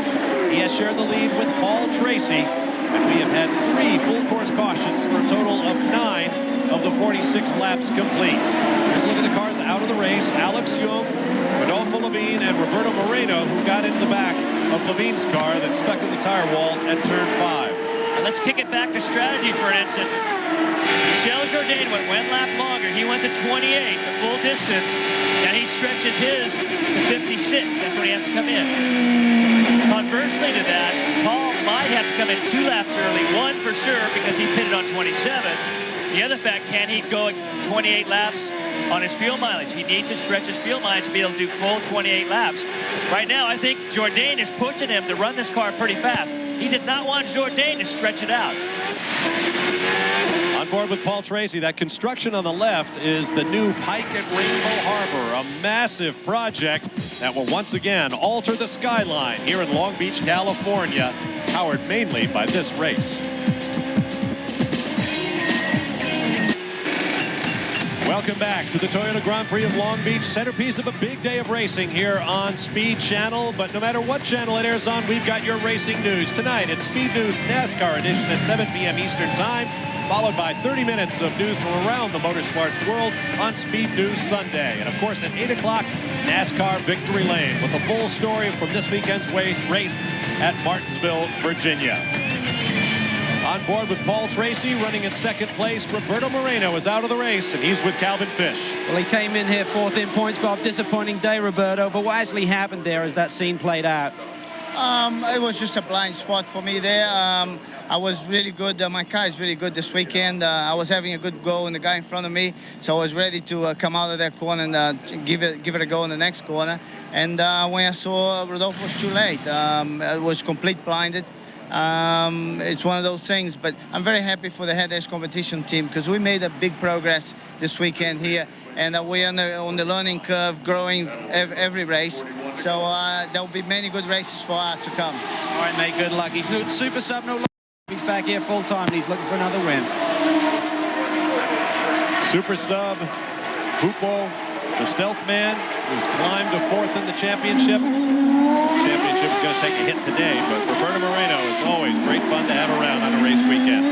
There's the leader, Michel Jourdain Jr. He's putting up, laying him down. He is rocking about 3/10 quicker. That lap before the last couple few, he's running 2 to 3/10 quicker. It's always difficult for the guy running in second to run quite as fast as leader. A little bit more turbulence, but we're seeing Michel just doing a terrific job. Now has a gap. Last time by start finish, 1.6 seconds over Paul Tracy. This is going to be an interesting test of what the newfound maturity of Paul Tracy. When things aren't quite going your way, they didn't have the mileage, that penalizes Paul. And so now if he can say, you know what, I'm going to give it everything I have, but I will settle for second if I have to. That is going to be a key thing to watch.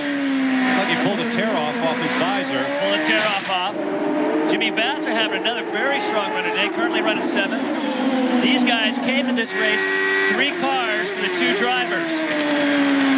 Won this race in 1996, driving car number 12. He's back in car number 12 for Stefan Johansson's American Spirit Racing team.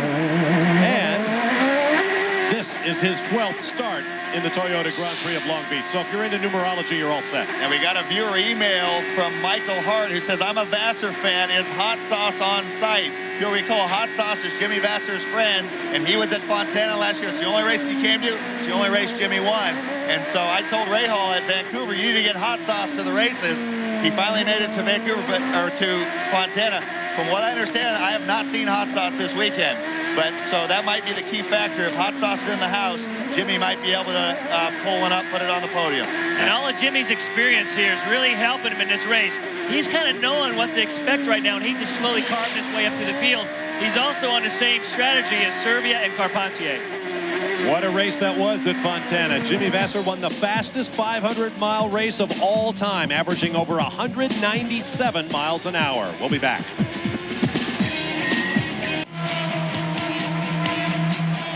Welcome back to Long Beach. Later tonight at 9 p.m. Eastern Time specifically, catch all the action of the Trans Am race from here at the Toyota Grand Prix of Long Beach, featuring our own Scott Pruitt. A winner back in 1987 on these streets in a Trans Am car for NASCAR owner Jack Roush. He'll lead the field to the green for the Trans Am race of 2003. See it tonight here on Speed Channel at 9 Eastern.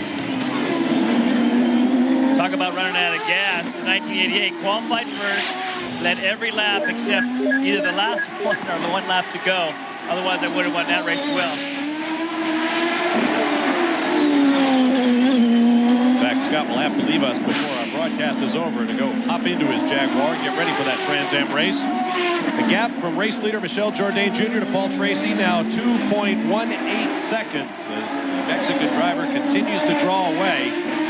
Behind Tracy, Servia, Carpentier, and Adrian Fernandez right there at the end of that train of cars. A big key to this right now is the difference between Michel Jourdain and Tracy is 2. Back to Junqueira at 5 seconds, and then a huge step back, 17 seconds to Servia. Michel, Tracy, Junqueira, these guys are trying to stretch it out. So when they make their pit stops, they won't come out in the middle of these other guys who are running a different strategy. Now, Jourdain has things pretty under control on this strategy. We're going to monitor how much they're pulling out. They're 16.9 ahead of Servia right now. Whether that's going to be enough to overcome that extra stop, we'll see. But what I'm watching right now is Paul Tracy versus Bruno Junqueira. Bruno can go 1 lap longer. He's about 4 seconds behind Paul right now. But Paul's going to be on cold tires while Bruno's on hot ones. So I'm going to be really anxious to see when Junqueira comes out after his stop, if Paul is in front or can get by him before Bruno gets his tires up to temperature. And then we're going to see what happens between this group, this is effectively the battle for the win if those front guys don't pull out enough distance. So Carpentier is trying to stay close, Fernandez is trying to stay close, and Fernandez can go one lap longer than these two guys before he stops. So we got a bunch of different plots and subplots playing out.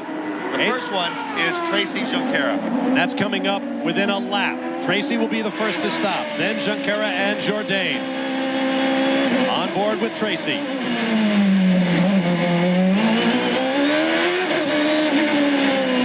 Into the pits he goes. Calvin Fish is waiting for him. As a driver, this feels like forever in this pit lane. Just spoke to the crew, Scott, and they said that he should be no problem on fuel. That first stint is very difficult with the warm-up laps to get that 28-lap spread that they needed. They said we got help here on the caution. On the second stint, the third stint, we should be okay. No changes once again. Another great start for the players team. Slight delay there for Paul, just getting him back up to speed, but a good start nonetheless. Good quick stop. Now they have to run the speed all the way down to pit out. Painful. Watch for him to pop the visor down, then you know he's ready for battle. Off we go. Lock up the rears a little bit there. Looks like he's going to leave it open to crack. This is critical, getting a fast lap on these cold tires. He's taking a lot of chances here. You see, car sliding out a little bit. Wants to get away from him. You got to push as hard as you can. See, oversteer right there. This is where they earn their money. But he knows he has an opportunity. That pit stop was over a second quicker than his previous stop. Jourdain is now in the pit lane, and there comes Junqueira behind him. Once again, the prize-winning Ray Hall crew will go to work.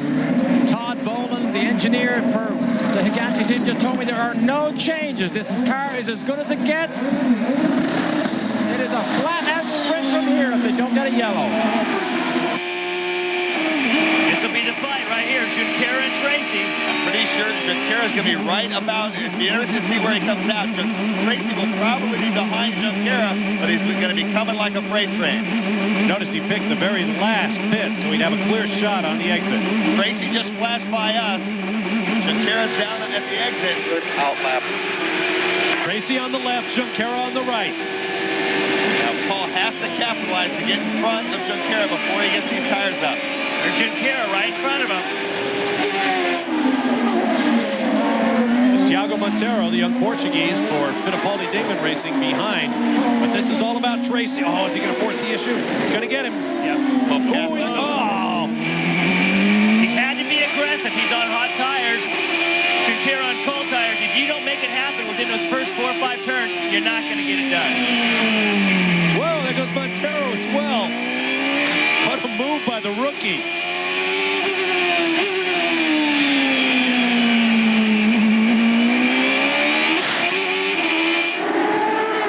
Monteiro is a lap down. That was not a move for position for Monteiro around Junqueira. Meanwhile, Serbia takes the lead with Carpentier, Fernandez, and Vassar. And that is the battle you're looking at now. The orange and white of the Visteon car for Patrick Racing, and Carpentier, the other player's car, all over him. Fernandez watching, and Jimmy Vassar behind.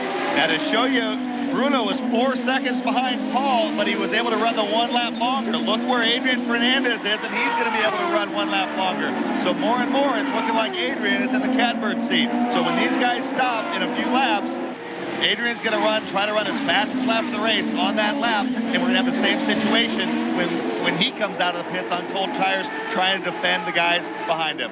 Adrian has had a real spring in his step this weekend. His team went to the new Arizona Motorsports Park near Phoenix last week, did a lot of testing, and he came away absolutely buoyant. He went up the road to Torrance, California, to the Cosworth factory to tell the boys how much he appreciates their efforts. He turned his fastest lap of that test on an engine with 1,200 miles on it.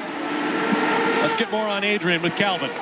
Just checked in with Patrick Carpentier's team. They said Adrian is in the catbird seat, as you said, Bob, right now. They said he can run some extra laps. Serbia and I have to pit on the same lap. So Adrian Fernandez, when this thing shakes around, all 3 of those guys only need 1 more stop. He could be the leader. Now that's assuming equal pit stops. It's going to come down on the crew guys' shoulders. If Adrian's guys can get a comparable stop to these 2 guys in front of him, he should be in front. There is Jourdain. Michel's going to have to work his way up to the field. Currently, he's in 11th because of how the pit stop. The more clear running he gets, looks like he's running clear by himself. He's got to make that time. Got to be putting down those laps. I'm trying to calculate exactly how much he was 18.4 seconds in front of Serbia before he stopped. My best guess is he's going to need 40 seconds to compensate during these next few stints cumulatively to have a chance to overcome that stop.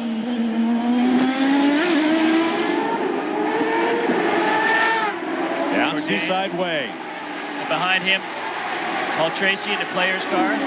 Look at that gap. That gap purely is from extending it one lap. Getting the heat put on Oriol. Serbia and Carpentier. Getting it on. Oriol's defending the inside down there. Defending the inside's okay. Where you might get in trouble with the stewards if you're in the inside and then you start to squeeze to the outside when the guy starts to look up the outside. That's where, in my mind, it becomes blocking. Carpentier is quick through that section from 1 to 5. Oriol and Navistian. Lola had a real strong run going. Unfortunately, had a bad call down in Monterrey, Mexico.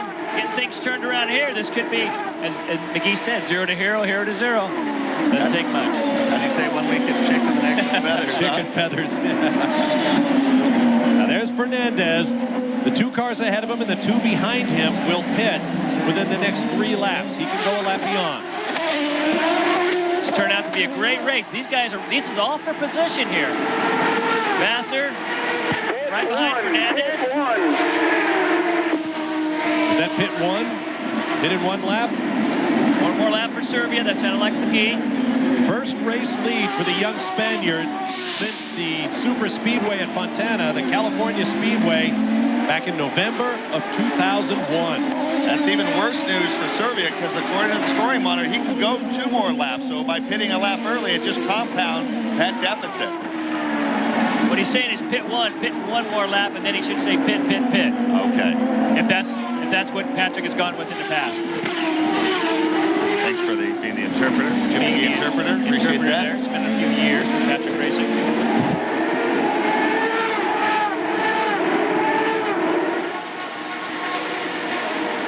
After the front 5 cars have pitted within the next 3 laps, then the next 5 will pit as one. Those being Dominguez, Bourdais, Tagliani, Haberfeld, and Ryan Hunter-Ray. We take a look at that top 7. There's only 5 seconds, 5.5 seconds from first to 7th place. Yeah, there you go. In. Coming in.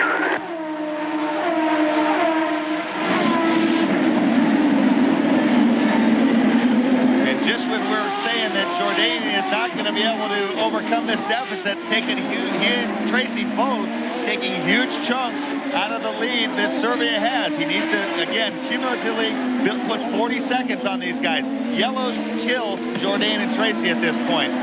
But those guys are running in the 9s. These guys are running in the 11s. We're going to have a nail biter on our hands here, folks. We expect 4 cars in the pit lane. Jimmy Vassar's boys are in the pits right across from our announce position. Serbia, Carpentier, Vassar, and Dominguez. This lap, in the pits this lap, 10-4. All right, let's just let this play out. Calvin Fish awaits Patrick Carpentier. Derek Daly will be watching Oriol Servia's crew at work. Here they come. This lap, Dominguez is set up. You're going to have to come around him. Patrick hits pit lane. He's got to move around the Herdez crew and get in position. I think the key here is good clean stop, obviously, but he does not have new Bridgestones to put on. It's a pretty well-worn set he's going with, so these have some miles on them. Maybe that'll give the edge to Serbia. Let's go down to Derek Daly with Serbia. Calvin, Serbia is the same. It is scrub tires for him. No new tires. We're watching him on the right. There goes Serbia. Ahead of Carpentier. We don't even see him up the pit lane. He stalled it, Derek. He lost fire. He tried to move with the fuel hole still connected. They had to get the starter out there. That was a critical mistake by Patrick. He tried to move before the fuel hose was unhooked, and he stalled the engine. Meanwhile, Jimmy Vassar looked to get a good stop. Alex Tagliani pitted. He You can't make, as driver, the pressure's on. You can't make those type of mistakes. Extremely costly. Now, while those guys were pitting, these two guys were trying to put in their demon lap. So we're going to watch where when Fernandez comes out after the stop this lap, Patrick will be back. Where is Servia?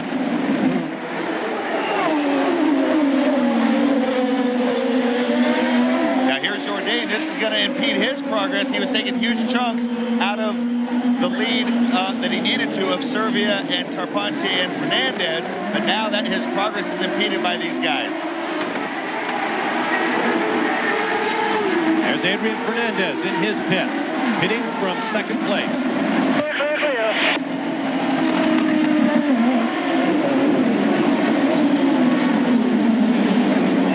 Would you be tempted to pit a lap or two early if you're being held up? Jourdain's got to make the move on these guys, but because if he doesn't, he's going to have PT all in his mirrors. It's Mario Haberfeld ahead of him. And he got around Haberfeld. Tracy does likewise. When you're cutting your way through traffic like these guys are doing right now, for Jourdain, he knows Tracy's good carving his way through. He has to do the same thing. He's got to be forced to make some of those moves, even though when they might be a little bit dicey. It's always harder when you're the first guy to get the first car through traffic. Once the first car comes through, they expect the other ones to be coming. Next cars doing the pits will be Sebastian Bourdais, Ryan Hunter-Reay, Mario Haberfeld, and Darren Manning.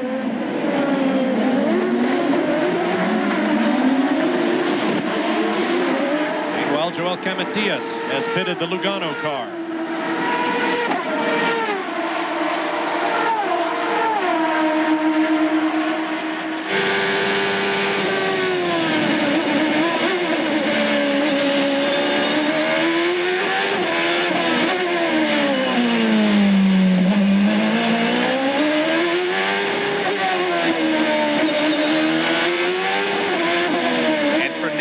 Able to get by, guys. He was able to come out 2 spots in front of Servia.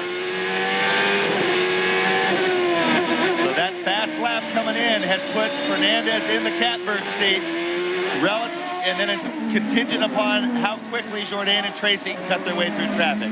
So of the guys that are on the strategy that can go on one more stop, Fernandez leads Servia. There's Fernandez, there's Servia. At the left-hand box there, Jourdain and Tracy. This forces the hand of Jourdain and Tracy where they got to keep putting those laps together. That's Darren Manning headed for the pit lane. Ryan Hunter-Reay is already there. Sebastian Bourdais. Good service. 4 tires, full load of fuel. Stops for the Frenchman. Oh! Boy, that was close. In the pit lane, Ryan Hunter-Reay got very, very close. Wheel to wheel with Darren Manning on his way out, and they stayed that way. Look at those two. They went down the pit lane that way.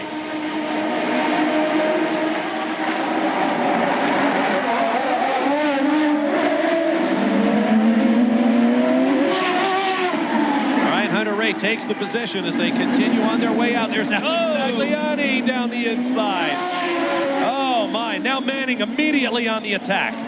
Carpentier right on the back of him. He's got to get by these guys in quick time. Gets by Manning. See if he can get Ryan Hunter-Reay. He should get him up going to the next turn. He's on warm tires. Carpentier looks down the inside, pulls alongside, and gets around him. Let's get to the pit lane where Calvin Fish is standing by with Hunter-Reay's team owner. Stefan here. That was fun, man. Bit of chicken going on down pit lane there with your new rookie. Yeah, it's nerve-wracking. He did a good job there. We were telling him on the radio to try to, just hold his position and then, don't give him any room, and he did a great job there. How much do you have to talk him through these first couple of laps? It seemed like guys are making mistakes on cold tires till the pressures come up. Yeah, there's not a lot he can say. He's just going to have to be out there and feel his way around, but he's doing a great job so far. All right, great performance by the team. Well done, mate.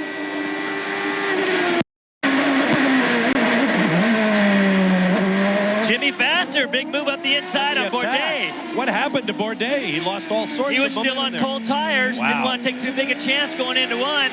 Meanwhile, Jimmy just sucks him right in, goes straight up the inside. Nice move. Captain America against the Frenchman. Very cool. Oh my, a little political theme as we head for the break. Michel Jourdain shown on the lead, and there's that man PT just behind. We'll be back. Back in 1978, what would become the Kart Champ Car Series visited Brands Hatch in England. A.J. Foyt, Danny on the gas, Ungaius, and all the rest flashing around Paddock Bend on the so-called Indy circuit. Tight, narrow, and short. Johnny Rutherford finished third, Rick Mears in first, and Tom Sneva in second. Well, the Champ Cars are back in jolly old, and we'll have it for you. And then the following week, it'll be on to the race known as the American Memorial 500, following the tragic events of September 11th, 2001. But they will be back for the German 500 at the Euro Speedway Lausitz. It will be absolutely spectacular. Now, here are the coverage plans for Brands Hatch on CBS Sports. We'll have a 1-hour preview Sunday, May 4th at noon Eastern Time. The race itself will air Saturday, May 10th. The following Saturday at 1 p.m. Eastern Time on CBS. Then the German 500 from the Euro Speedway Lausitz, qualifying Saturday, May 10th here on Speed at 4 p.m. Eastern Time, following the broadcast of the Brands Hatch race on CBS. And then on Sunday, May 11th, the German 500 at 1 p.m. Eastern on CBS. So join us for a big weekend of Champ Car racing from Europe on the second weekend of May. Now we need to do a little bit of a reset here. Michel Jourdain, Tracy, and Junqueira all have to make one more stop. Jourdain needs to stretch that out. We're about 35 to 40 seconds to be comfortable, because Fernandez, Oriol, Vasser, they're done. They do not have to come back in. The caveat to that, if a yellow comes out, game's over. I think, based on the last round of stops, I think Jourdain needs 40 seconds to stop and get back up to speed. He needs about 36 seconds to stop and be out in front, and then try to hold off Fernandez on hot tires. So we're watching it right now. It's about 30.3, but Jourdain ran a 109.7. Fernandez ran a 110.6, so that's close to a second. Very, very close whether he can pull out that gap. In other words, we have 20 laps to go, and our story is just beginning. Don't go away. Michel Jourdain leads. We'll be back. Welcome back live to the streets of Long Beach, California. Never mind the race. Through that hole in the fence is the smoking Lola Ford of Sebastian Bourdais, who was running very, very well when the engine suddenly let go on the front straightaway. The question is, did he lay down oil? They quickly got the car behind the wall under a local yellow. We are still under green. Michel Jourdain leads Paul Tracy by 2.1 seconds. Dodge big bullets. Michel, Tracy, and Junqueira all dodged a bullet. They did not throw the yellow. Good thing for them. Let's take another look at what happened. Out of the corner, problems already. Then Nose in a problem, pulls to the inside. Smokey. It's Dominguez just behind him. Whoops. A lot of rubber buildup there on the lee side of the racetrack. You see fire at the back of the car. No sign of oil, though, on the camera lens. Hard to say if that's a turbo or if that's an engine. It can, sometimes that can go either way. Look at all that rubber buildup on the tires. Yeah. A lot of marbles off the racing line at this late point of the race. It might not have been engine related. But Michel, Tracy, and Junqueira dodged a huge bullet purely from the fact that a full yellow didn't come back out, and they have stretched their lead now to about 32.2 seconds. 32.2. If Michel Jourdain wants to win his first career Champ Car race, he's going to have to string together 11 of the best laps of his life, 11 laps till his stop. If he can get that gap up to 36 seconds, last lap he was about only 2/10 quicker than Fernandez. He varies between 7 to 2/10 quicker. If he can build that gap, he's got a shot to try to hold Fernandez off on cold tires. But when he comes in, there'll be 6 laps to go. A lot of fuel calculations going on. How long do we need to leave that nozzle connected to the car at the flow rate that these cars use? The limit will be changing the tires, because to satisfy the stop, I would imagine they'll plug the probe in for a second, and as soon as the tires are done, so this is a point where the Rahal team can really earn their keep. Fernandez had to stay connected for the full load. These guys can do it when they go on the tires. To Calvin Fish. I just checked with Tracy's team. They believe they have enough of a gap to stay out in front of Adrian Fernandez. You're right on the money, boys, in terms of it'll be tires, a splash of fuel, and send him out, and that was the key. Be a short, quick stop. They think 30 seconds plus is enough. There you go. So my 40 seconds and the 36 on cold tires was not factoring in a short fill. So they might be in that window now. It's all going to play out when Jourdain exits the pits after his stop. Well, the title contenders set up for that dramatic final stop. There is one of the front-running cars that may have a problem, Derek Daly. Don't know whether it's a problem, but on the last stop for Serbia, the Visteon Patrick team did not fill the fuel tank up. When Jim McGee found that out, his eyes came out on stalks, but one of their engineers, John Hennick, assured him or tried to convince him that they did get enough in to finish the race. I ran down to Dave Watson, engineer for Fernandez. I said, do you have enough fuel? In his perfect English accent, he said, not one of my immediate problems. Calvin? Well, Brent Moore, who's the PR guy for Team Rahal, has been running up and down pit lane, passing pieces to paper to some of these lap cars, trying to get Michel Jourdain clear racetrack. So he's working his backside off back here, guys, just trying to give Michel some space on the racetrack. I don't imagine he'll have much trouble. There is probably not a guy in the paddock who is better liked than Michel Jourdain.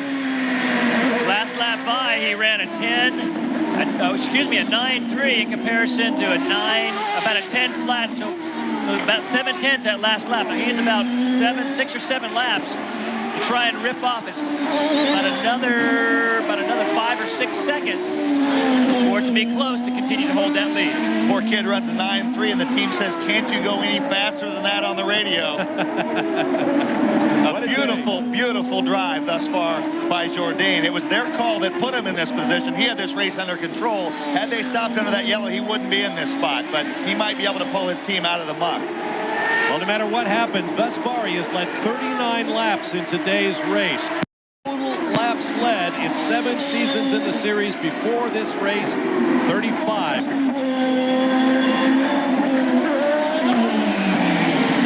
Shot at that Gigante Lola. Off the hairpin, hard on the gas. The call that Jourdain made is the exact call that Newman Haas made in the first race and made by accident in the second race when the radio didn't break.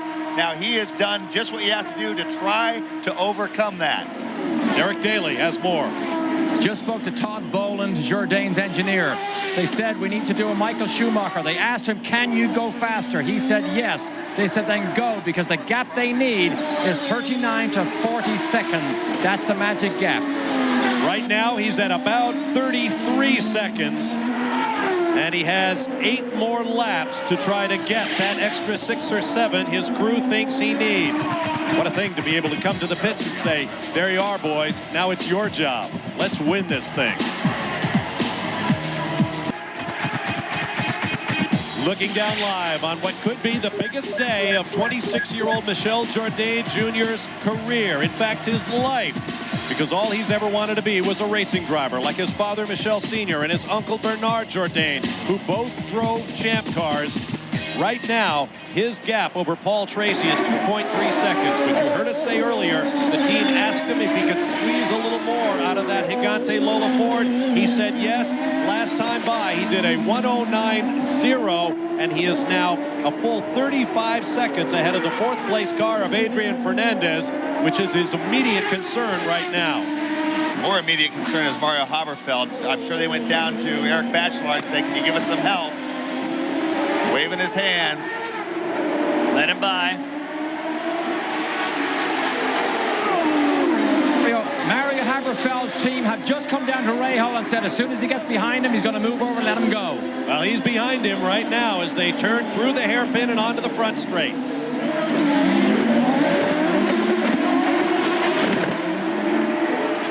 Haberfeld should just... somebody just ducked into pit lane. It That's looked like Bruno it might have been Junqueira. Junqueira's in. Put approach to your box. Fernandez, Jourdain taking a look up the inside. It's going to be very quick, very quick. Your foot on the brake, revs up. This will give us a clue how long Jourdain's stop might be. It's only going to be on the tires. Okay, get ready. Go, go, go, go, go, go, go, go, go. 9.4, so a good 2 seconds quicker than a full fuel stop. Did you notice what the guy at the back did? He hoisted himself on the rear wing as the car began to move away. He wasn't pushing, he was riding the back of that car to give him a little extra grip. Now we're looking at that lead that Michel has over Fernandez. Almost 38 seconds now, so now he's getting that magic window. The Ducati team needs to be telling Fernandez, man, you got to start ripping him off because he's getting right there where you're not going to be able to pull this thing off. I think Jourdain has pulled back enough time. If Rahal rips off a great stop and he's able to keep it gathered up on the cold tires, this party will go on for 2 days. Michel Jourdain, when they finish on the podium, they have a big time. If he wins this race for his first race, it will be a very, very popular win for Michel Jourdain. Regardless of how it turns out, he's turned an important... You're in P3 and the 2 cars in front have not pitted. They need all to go like stink because they've built enough of a gap to maybe stop and get out in front of you. But anyways, Jourdain knows before he started this race today, he didn't know in his mind that he could race the master, Paul Tracy, head-to-head and come out on top. He has done that today, helped by the fact that Paul couldn't go the full 28 on the first stint, but that's a big boost for Michel Jourdain. Talking about Michel, spent a lot of years racing with him, and he's come a long way. Talking to him, you know, he felt like he was beat up quite a bit by the team before he came to Rahal. Once he got to Rahal, had a mentor like Jimmy Vassar really started showing him ropes. It was like a new guy. All of a sudden, this guy was just running beautiful races, couldn't get the qualifying done. Now he's got the qualifying done. 2 seconds the first race. Lead, good way to end it with a win here in Long Beach. And you and I, we got our confidence by winning in junior formula. Jourdain was racing a champ car at age 18, and he wasn't particularly fast. He has matured in front of our eyes, and so that might have happened to you in the Trans Am days, what have you. Jourdain, it's happening right now. He will be a different driver from this point forward. Who are the drivers who took their first career Champ Car victories here on the streets of Long Beach? Michael Andretti in 1986, Paul Tracy in 1993, and Juan Montoya in 1999.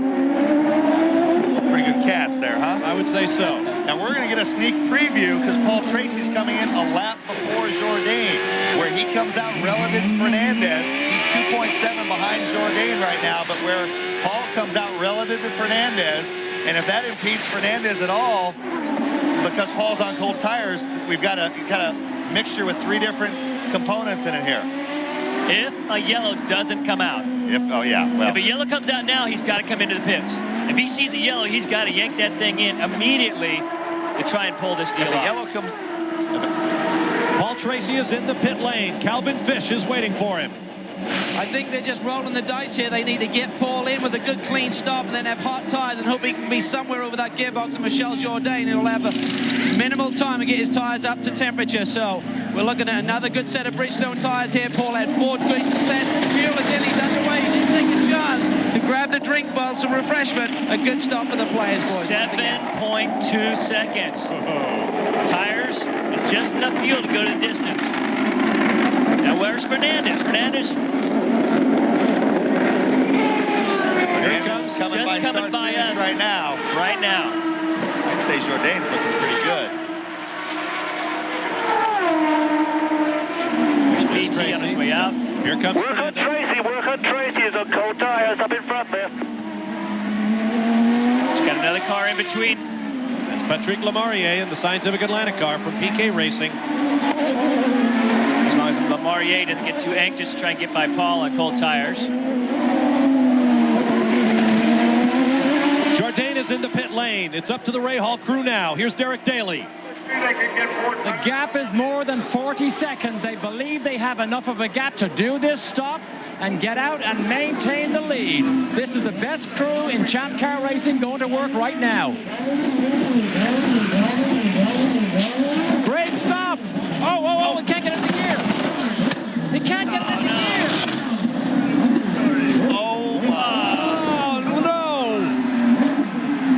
And the crowd comes to its feet. Tracy. Paul Tracy and Adrian Fernandez. This is for the win. Oh, look, Jourdain is completely stationary. Oh, no. If Fernandez is going to have any chance at Paul, it's got to happen this lap. I don't think he's got, I think Paul's got enough heat in the tires now. It's not going to happen. Ah, what a heartbreaker. Look at Jourdain. Head in his hands.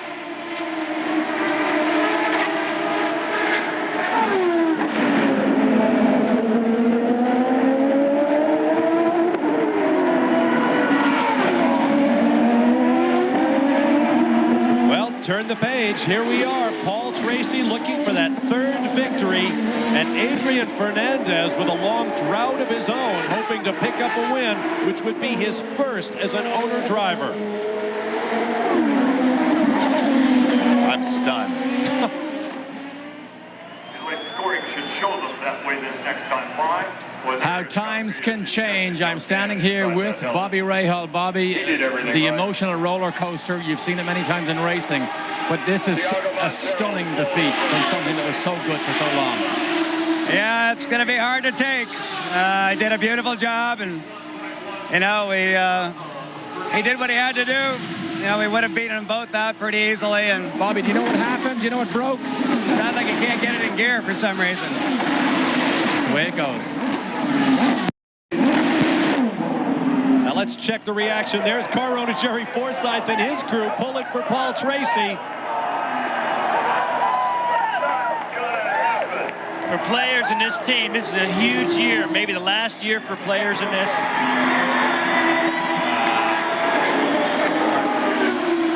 We have tears. We have tears here. Michelle.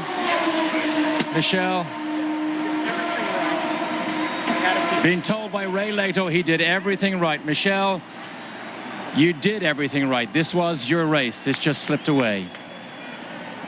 Well, it's terrible, you know, when you have the best car, the best crew, everything. I mean, it was so easy, everything going.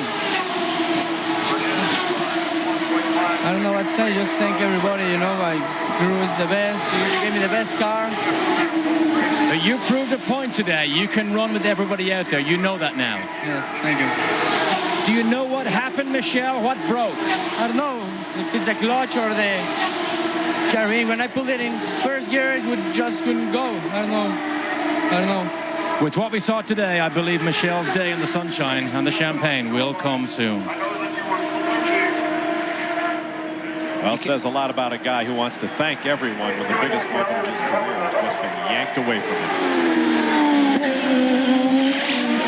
As a driver, you cannot ever put that into words for anybody listening to this broadcast right now. You can never, I mean, it's the heartbreak. It's just the highs are high and the lows are low. That was a round of applause for Michel Jourdain Jr. and the Rahal crew.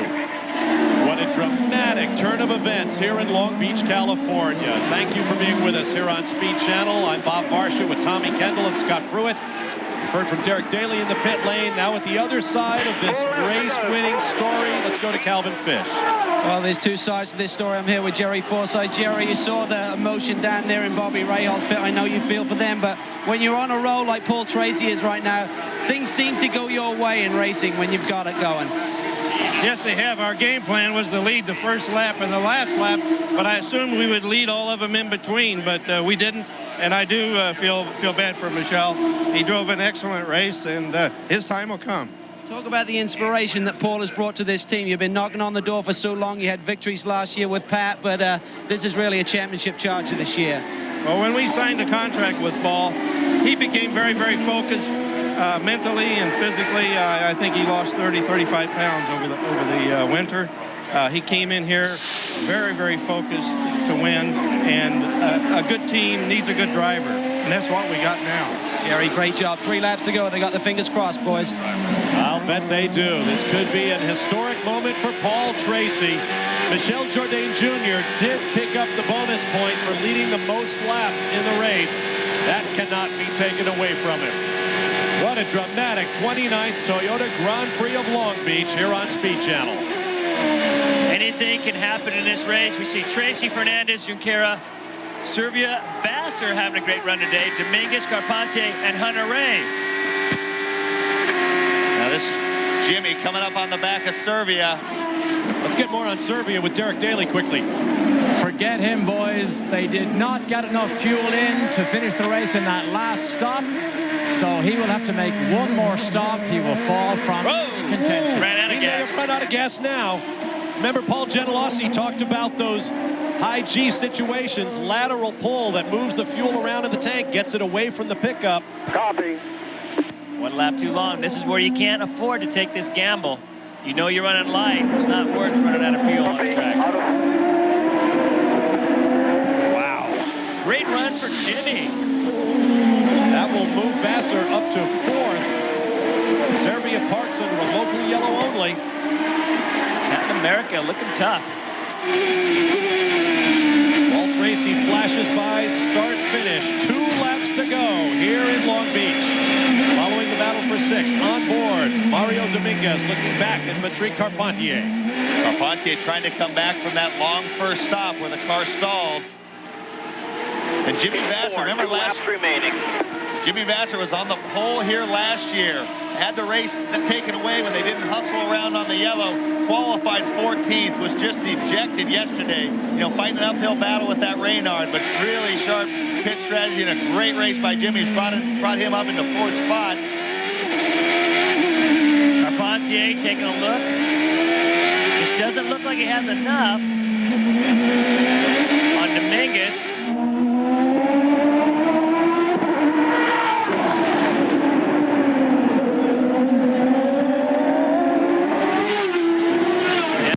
Six, 7, 8 complex. Onto the back straight. This is one of the favorite spots to pass down into 9.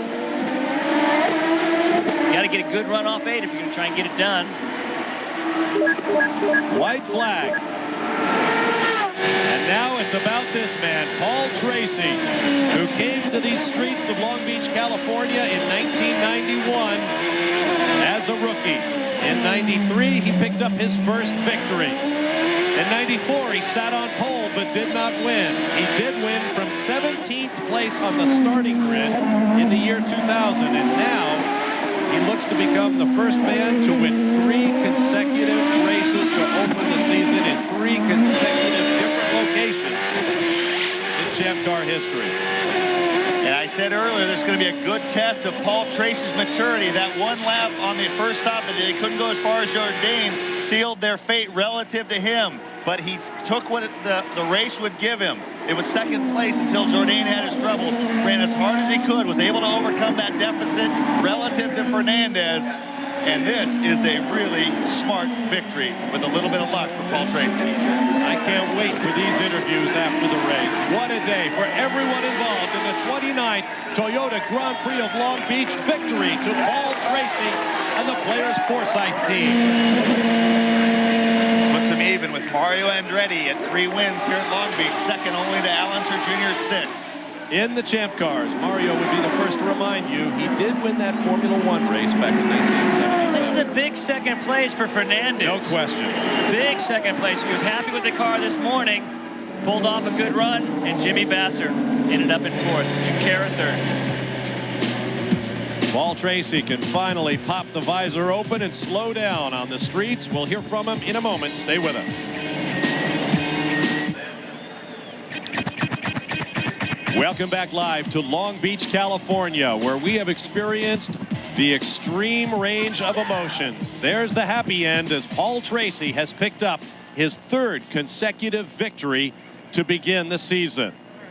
Meanwhile, for Michel Jourdain Jr., well, the British have a good word for it. He must feel gutted at this point. While Paul takes his place for our post-race interview, let's take a look at our unofficial rundown of the top finishers. Tracy over Adrian Fernandez, as Scott Pruitt pointed out. Big finish for Fernandez, his best finish since Milwaukee a year ago on the oval. Bruno Junqueira home in 3rd. Jimmy Vassar, a good 4th from 14th on the grid. Mario Dominguez, another solid finish. Patrick Carpentier, 6th. Ryan Hunter-Ray in 7th, followed by Darren Manning, Mario Haberfeld, and Alex Tagliani. had those fuel problems and made a number of pit stops during the afternoon. Tiago Monteiro of Portugal finishes 11th, followed by Oriol Servia, whose car is still out on course after running out of fuel with a handful of laps to go. Patrick Lemarié finishes 13th, Joel Camatias in 14th, Michel Jourdain Jr., insult to injury, finishes out of the top 12, the points-paying finishers. Sebastian Bourdais, Roberto Moreno, Rodolfo Levine, and Alex Young also stationary at the finish. A huge crowd on hand for today's race, and we will join our top 3 finishers now as they make their victory lap. Trying to keep up with Michelle. Okay, he walks too fast, man. Paul Tracy, can you hear Bob Varsha in the announce booth? Yeah, I can hear you. Okay, I'm here with Scott Pruitt and Tommy Kendall. Boy, it looked like Michel Jourdain Jr. gave you all you could handle there, but you managed to pull it out. What did you think when you saw that Jourdain was done? Well, he was definitely driving the pace hard, and you know, I got to give credit to him. I was doing everything I could do to keep up with him. And I pulled out all the stops on the second to last stint just to try to stay with him, and it wasn't enough. And then he had a bad pit stop or something, and then that was it. I mean, but he was definitely had the measure of me. Now, did you know on that, hey, Paul, this is TK, on that first stop when you could only go to lap 27 and he went to 28, that's what put you behind him. How hard was it to settle down at that point and take what the race would give you? Well, it was hard because we had to pit a lap earlier because of fuel mileage. I wasn't getting the kind of fuel mileage that we wanted to.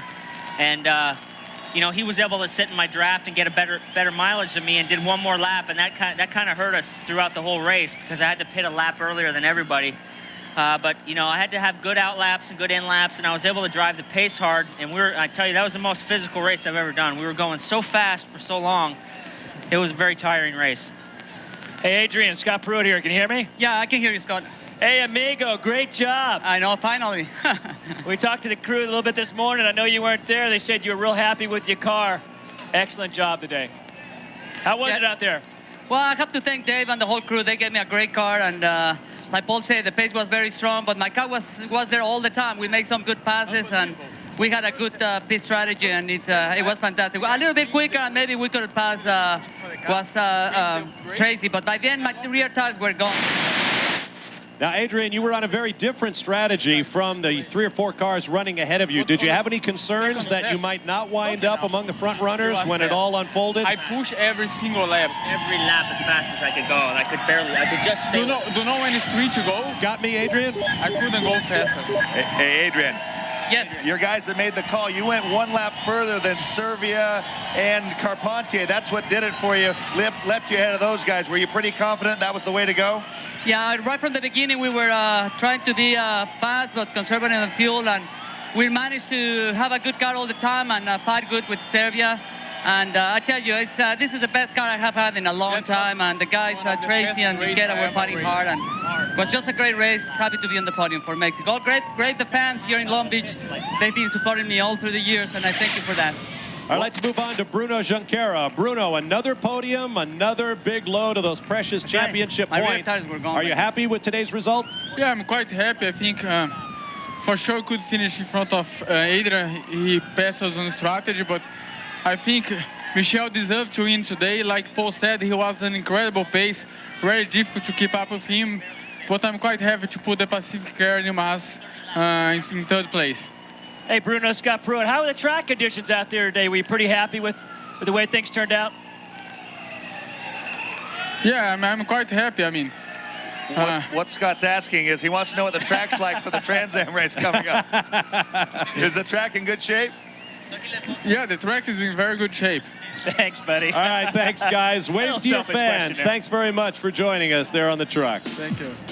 We're going to take a quick break, but we have a lot more post-race coverage to come your way here on Speed Channel. Stand by. Nobody's leaving the streets of Long Beach just yet. Welcome back to the streets of Long Beach, California. Jimmy Vasser, Captain America. You may not have won that, but I think you got a lot of satisfaction out of that drive. Well, you know, I don't want to sound like sour grapes, but the car wasn't really good all weekend, and so we got some track position, and we lucked into a strategy that moved us up a bit, and so the Jimmy car wasn't really working very well today. So, but the guys did a great job in the pits, getting me some good service, and you know, the ball bounced our way, and it was just a matter of, you know, keeping it together and not throwing it away. Thanks, Jimmy. Good to see the American Spirit finishes both cars, because right down here is the top finishing rookie. Ryan, sorry, if I could just butt in for a second. Top finishing rookie, Southern California, sunshine, you got to feel pretty good. Look at the smile here. Absolutely. No, I mean, everybody did such a great job today. It's only my second full race, and we're real happy. I mean, top rookie, like you said. And I thought we had top Reynard in there until I come in and they tell me Jimmy finished 4th on a strategy. So that's the way it goes, but I'm really happy. When you mention the second full race, how physically difficult is it for a driver like yourself to move up and do a race this long and this hot? Especially when you haven't done a lot of testing, it's real tough. I mean, you just have no idea how long and how mind-consuming and how mind-draining it is. I mean, it's just so draining on mentally and physically. I mean, it's real tough. I've been working real hard at it, and here it is. It's working out. Thank you, Ryan. Well done today. Well done indeed. He can find out from the race winner, Paul Tracy, that that's about as tough as it gets in a champ car. Here's a look at the championship points now with 3 races in the books.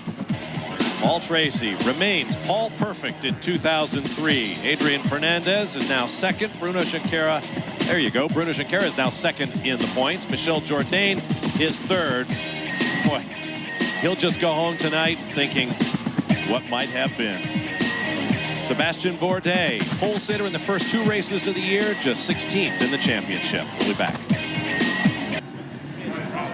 Welcome back to the Toyota Grand Prix of Long Beach. Another great run today for Darren Manning, finishing 8th, but a physical race for you in many ways.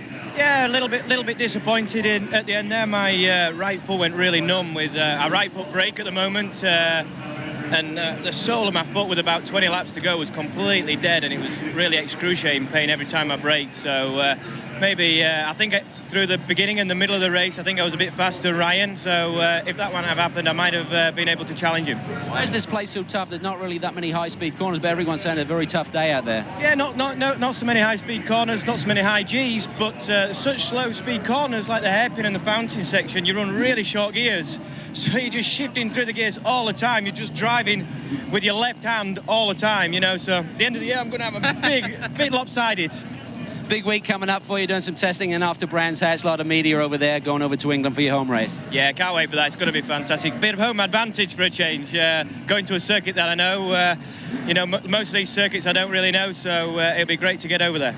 All right, congratulations, Darren. Let's get down to Derek with a man who had a strong top 5 finish today. Yes, indeed, Calvin. 2nd. Top 5 of his career, Mario Dominguez. Good day for you. This season, in fact, Mario is beginning to really get some good momentum.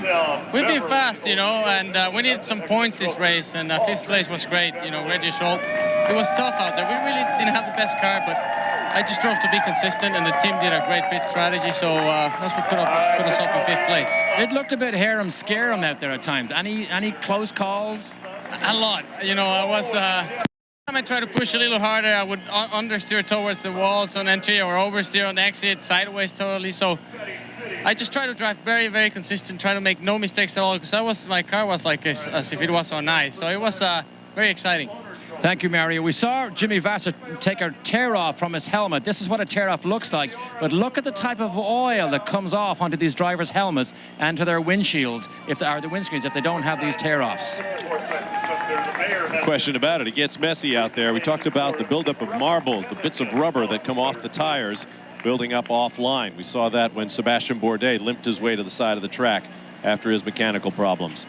Festivities are now underway down in Victory Lane. Don't forget, coming up later on here on Speed Channel, the Trans Am race from the streets of Long Beach with our own Scott Pruitt starting from pole. You'll see it at 9 tonight Eastern.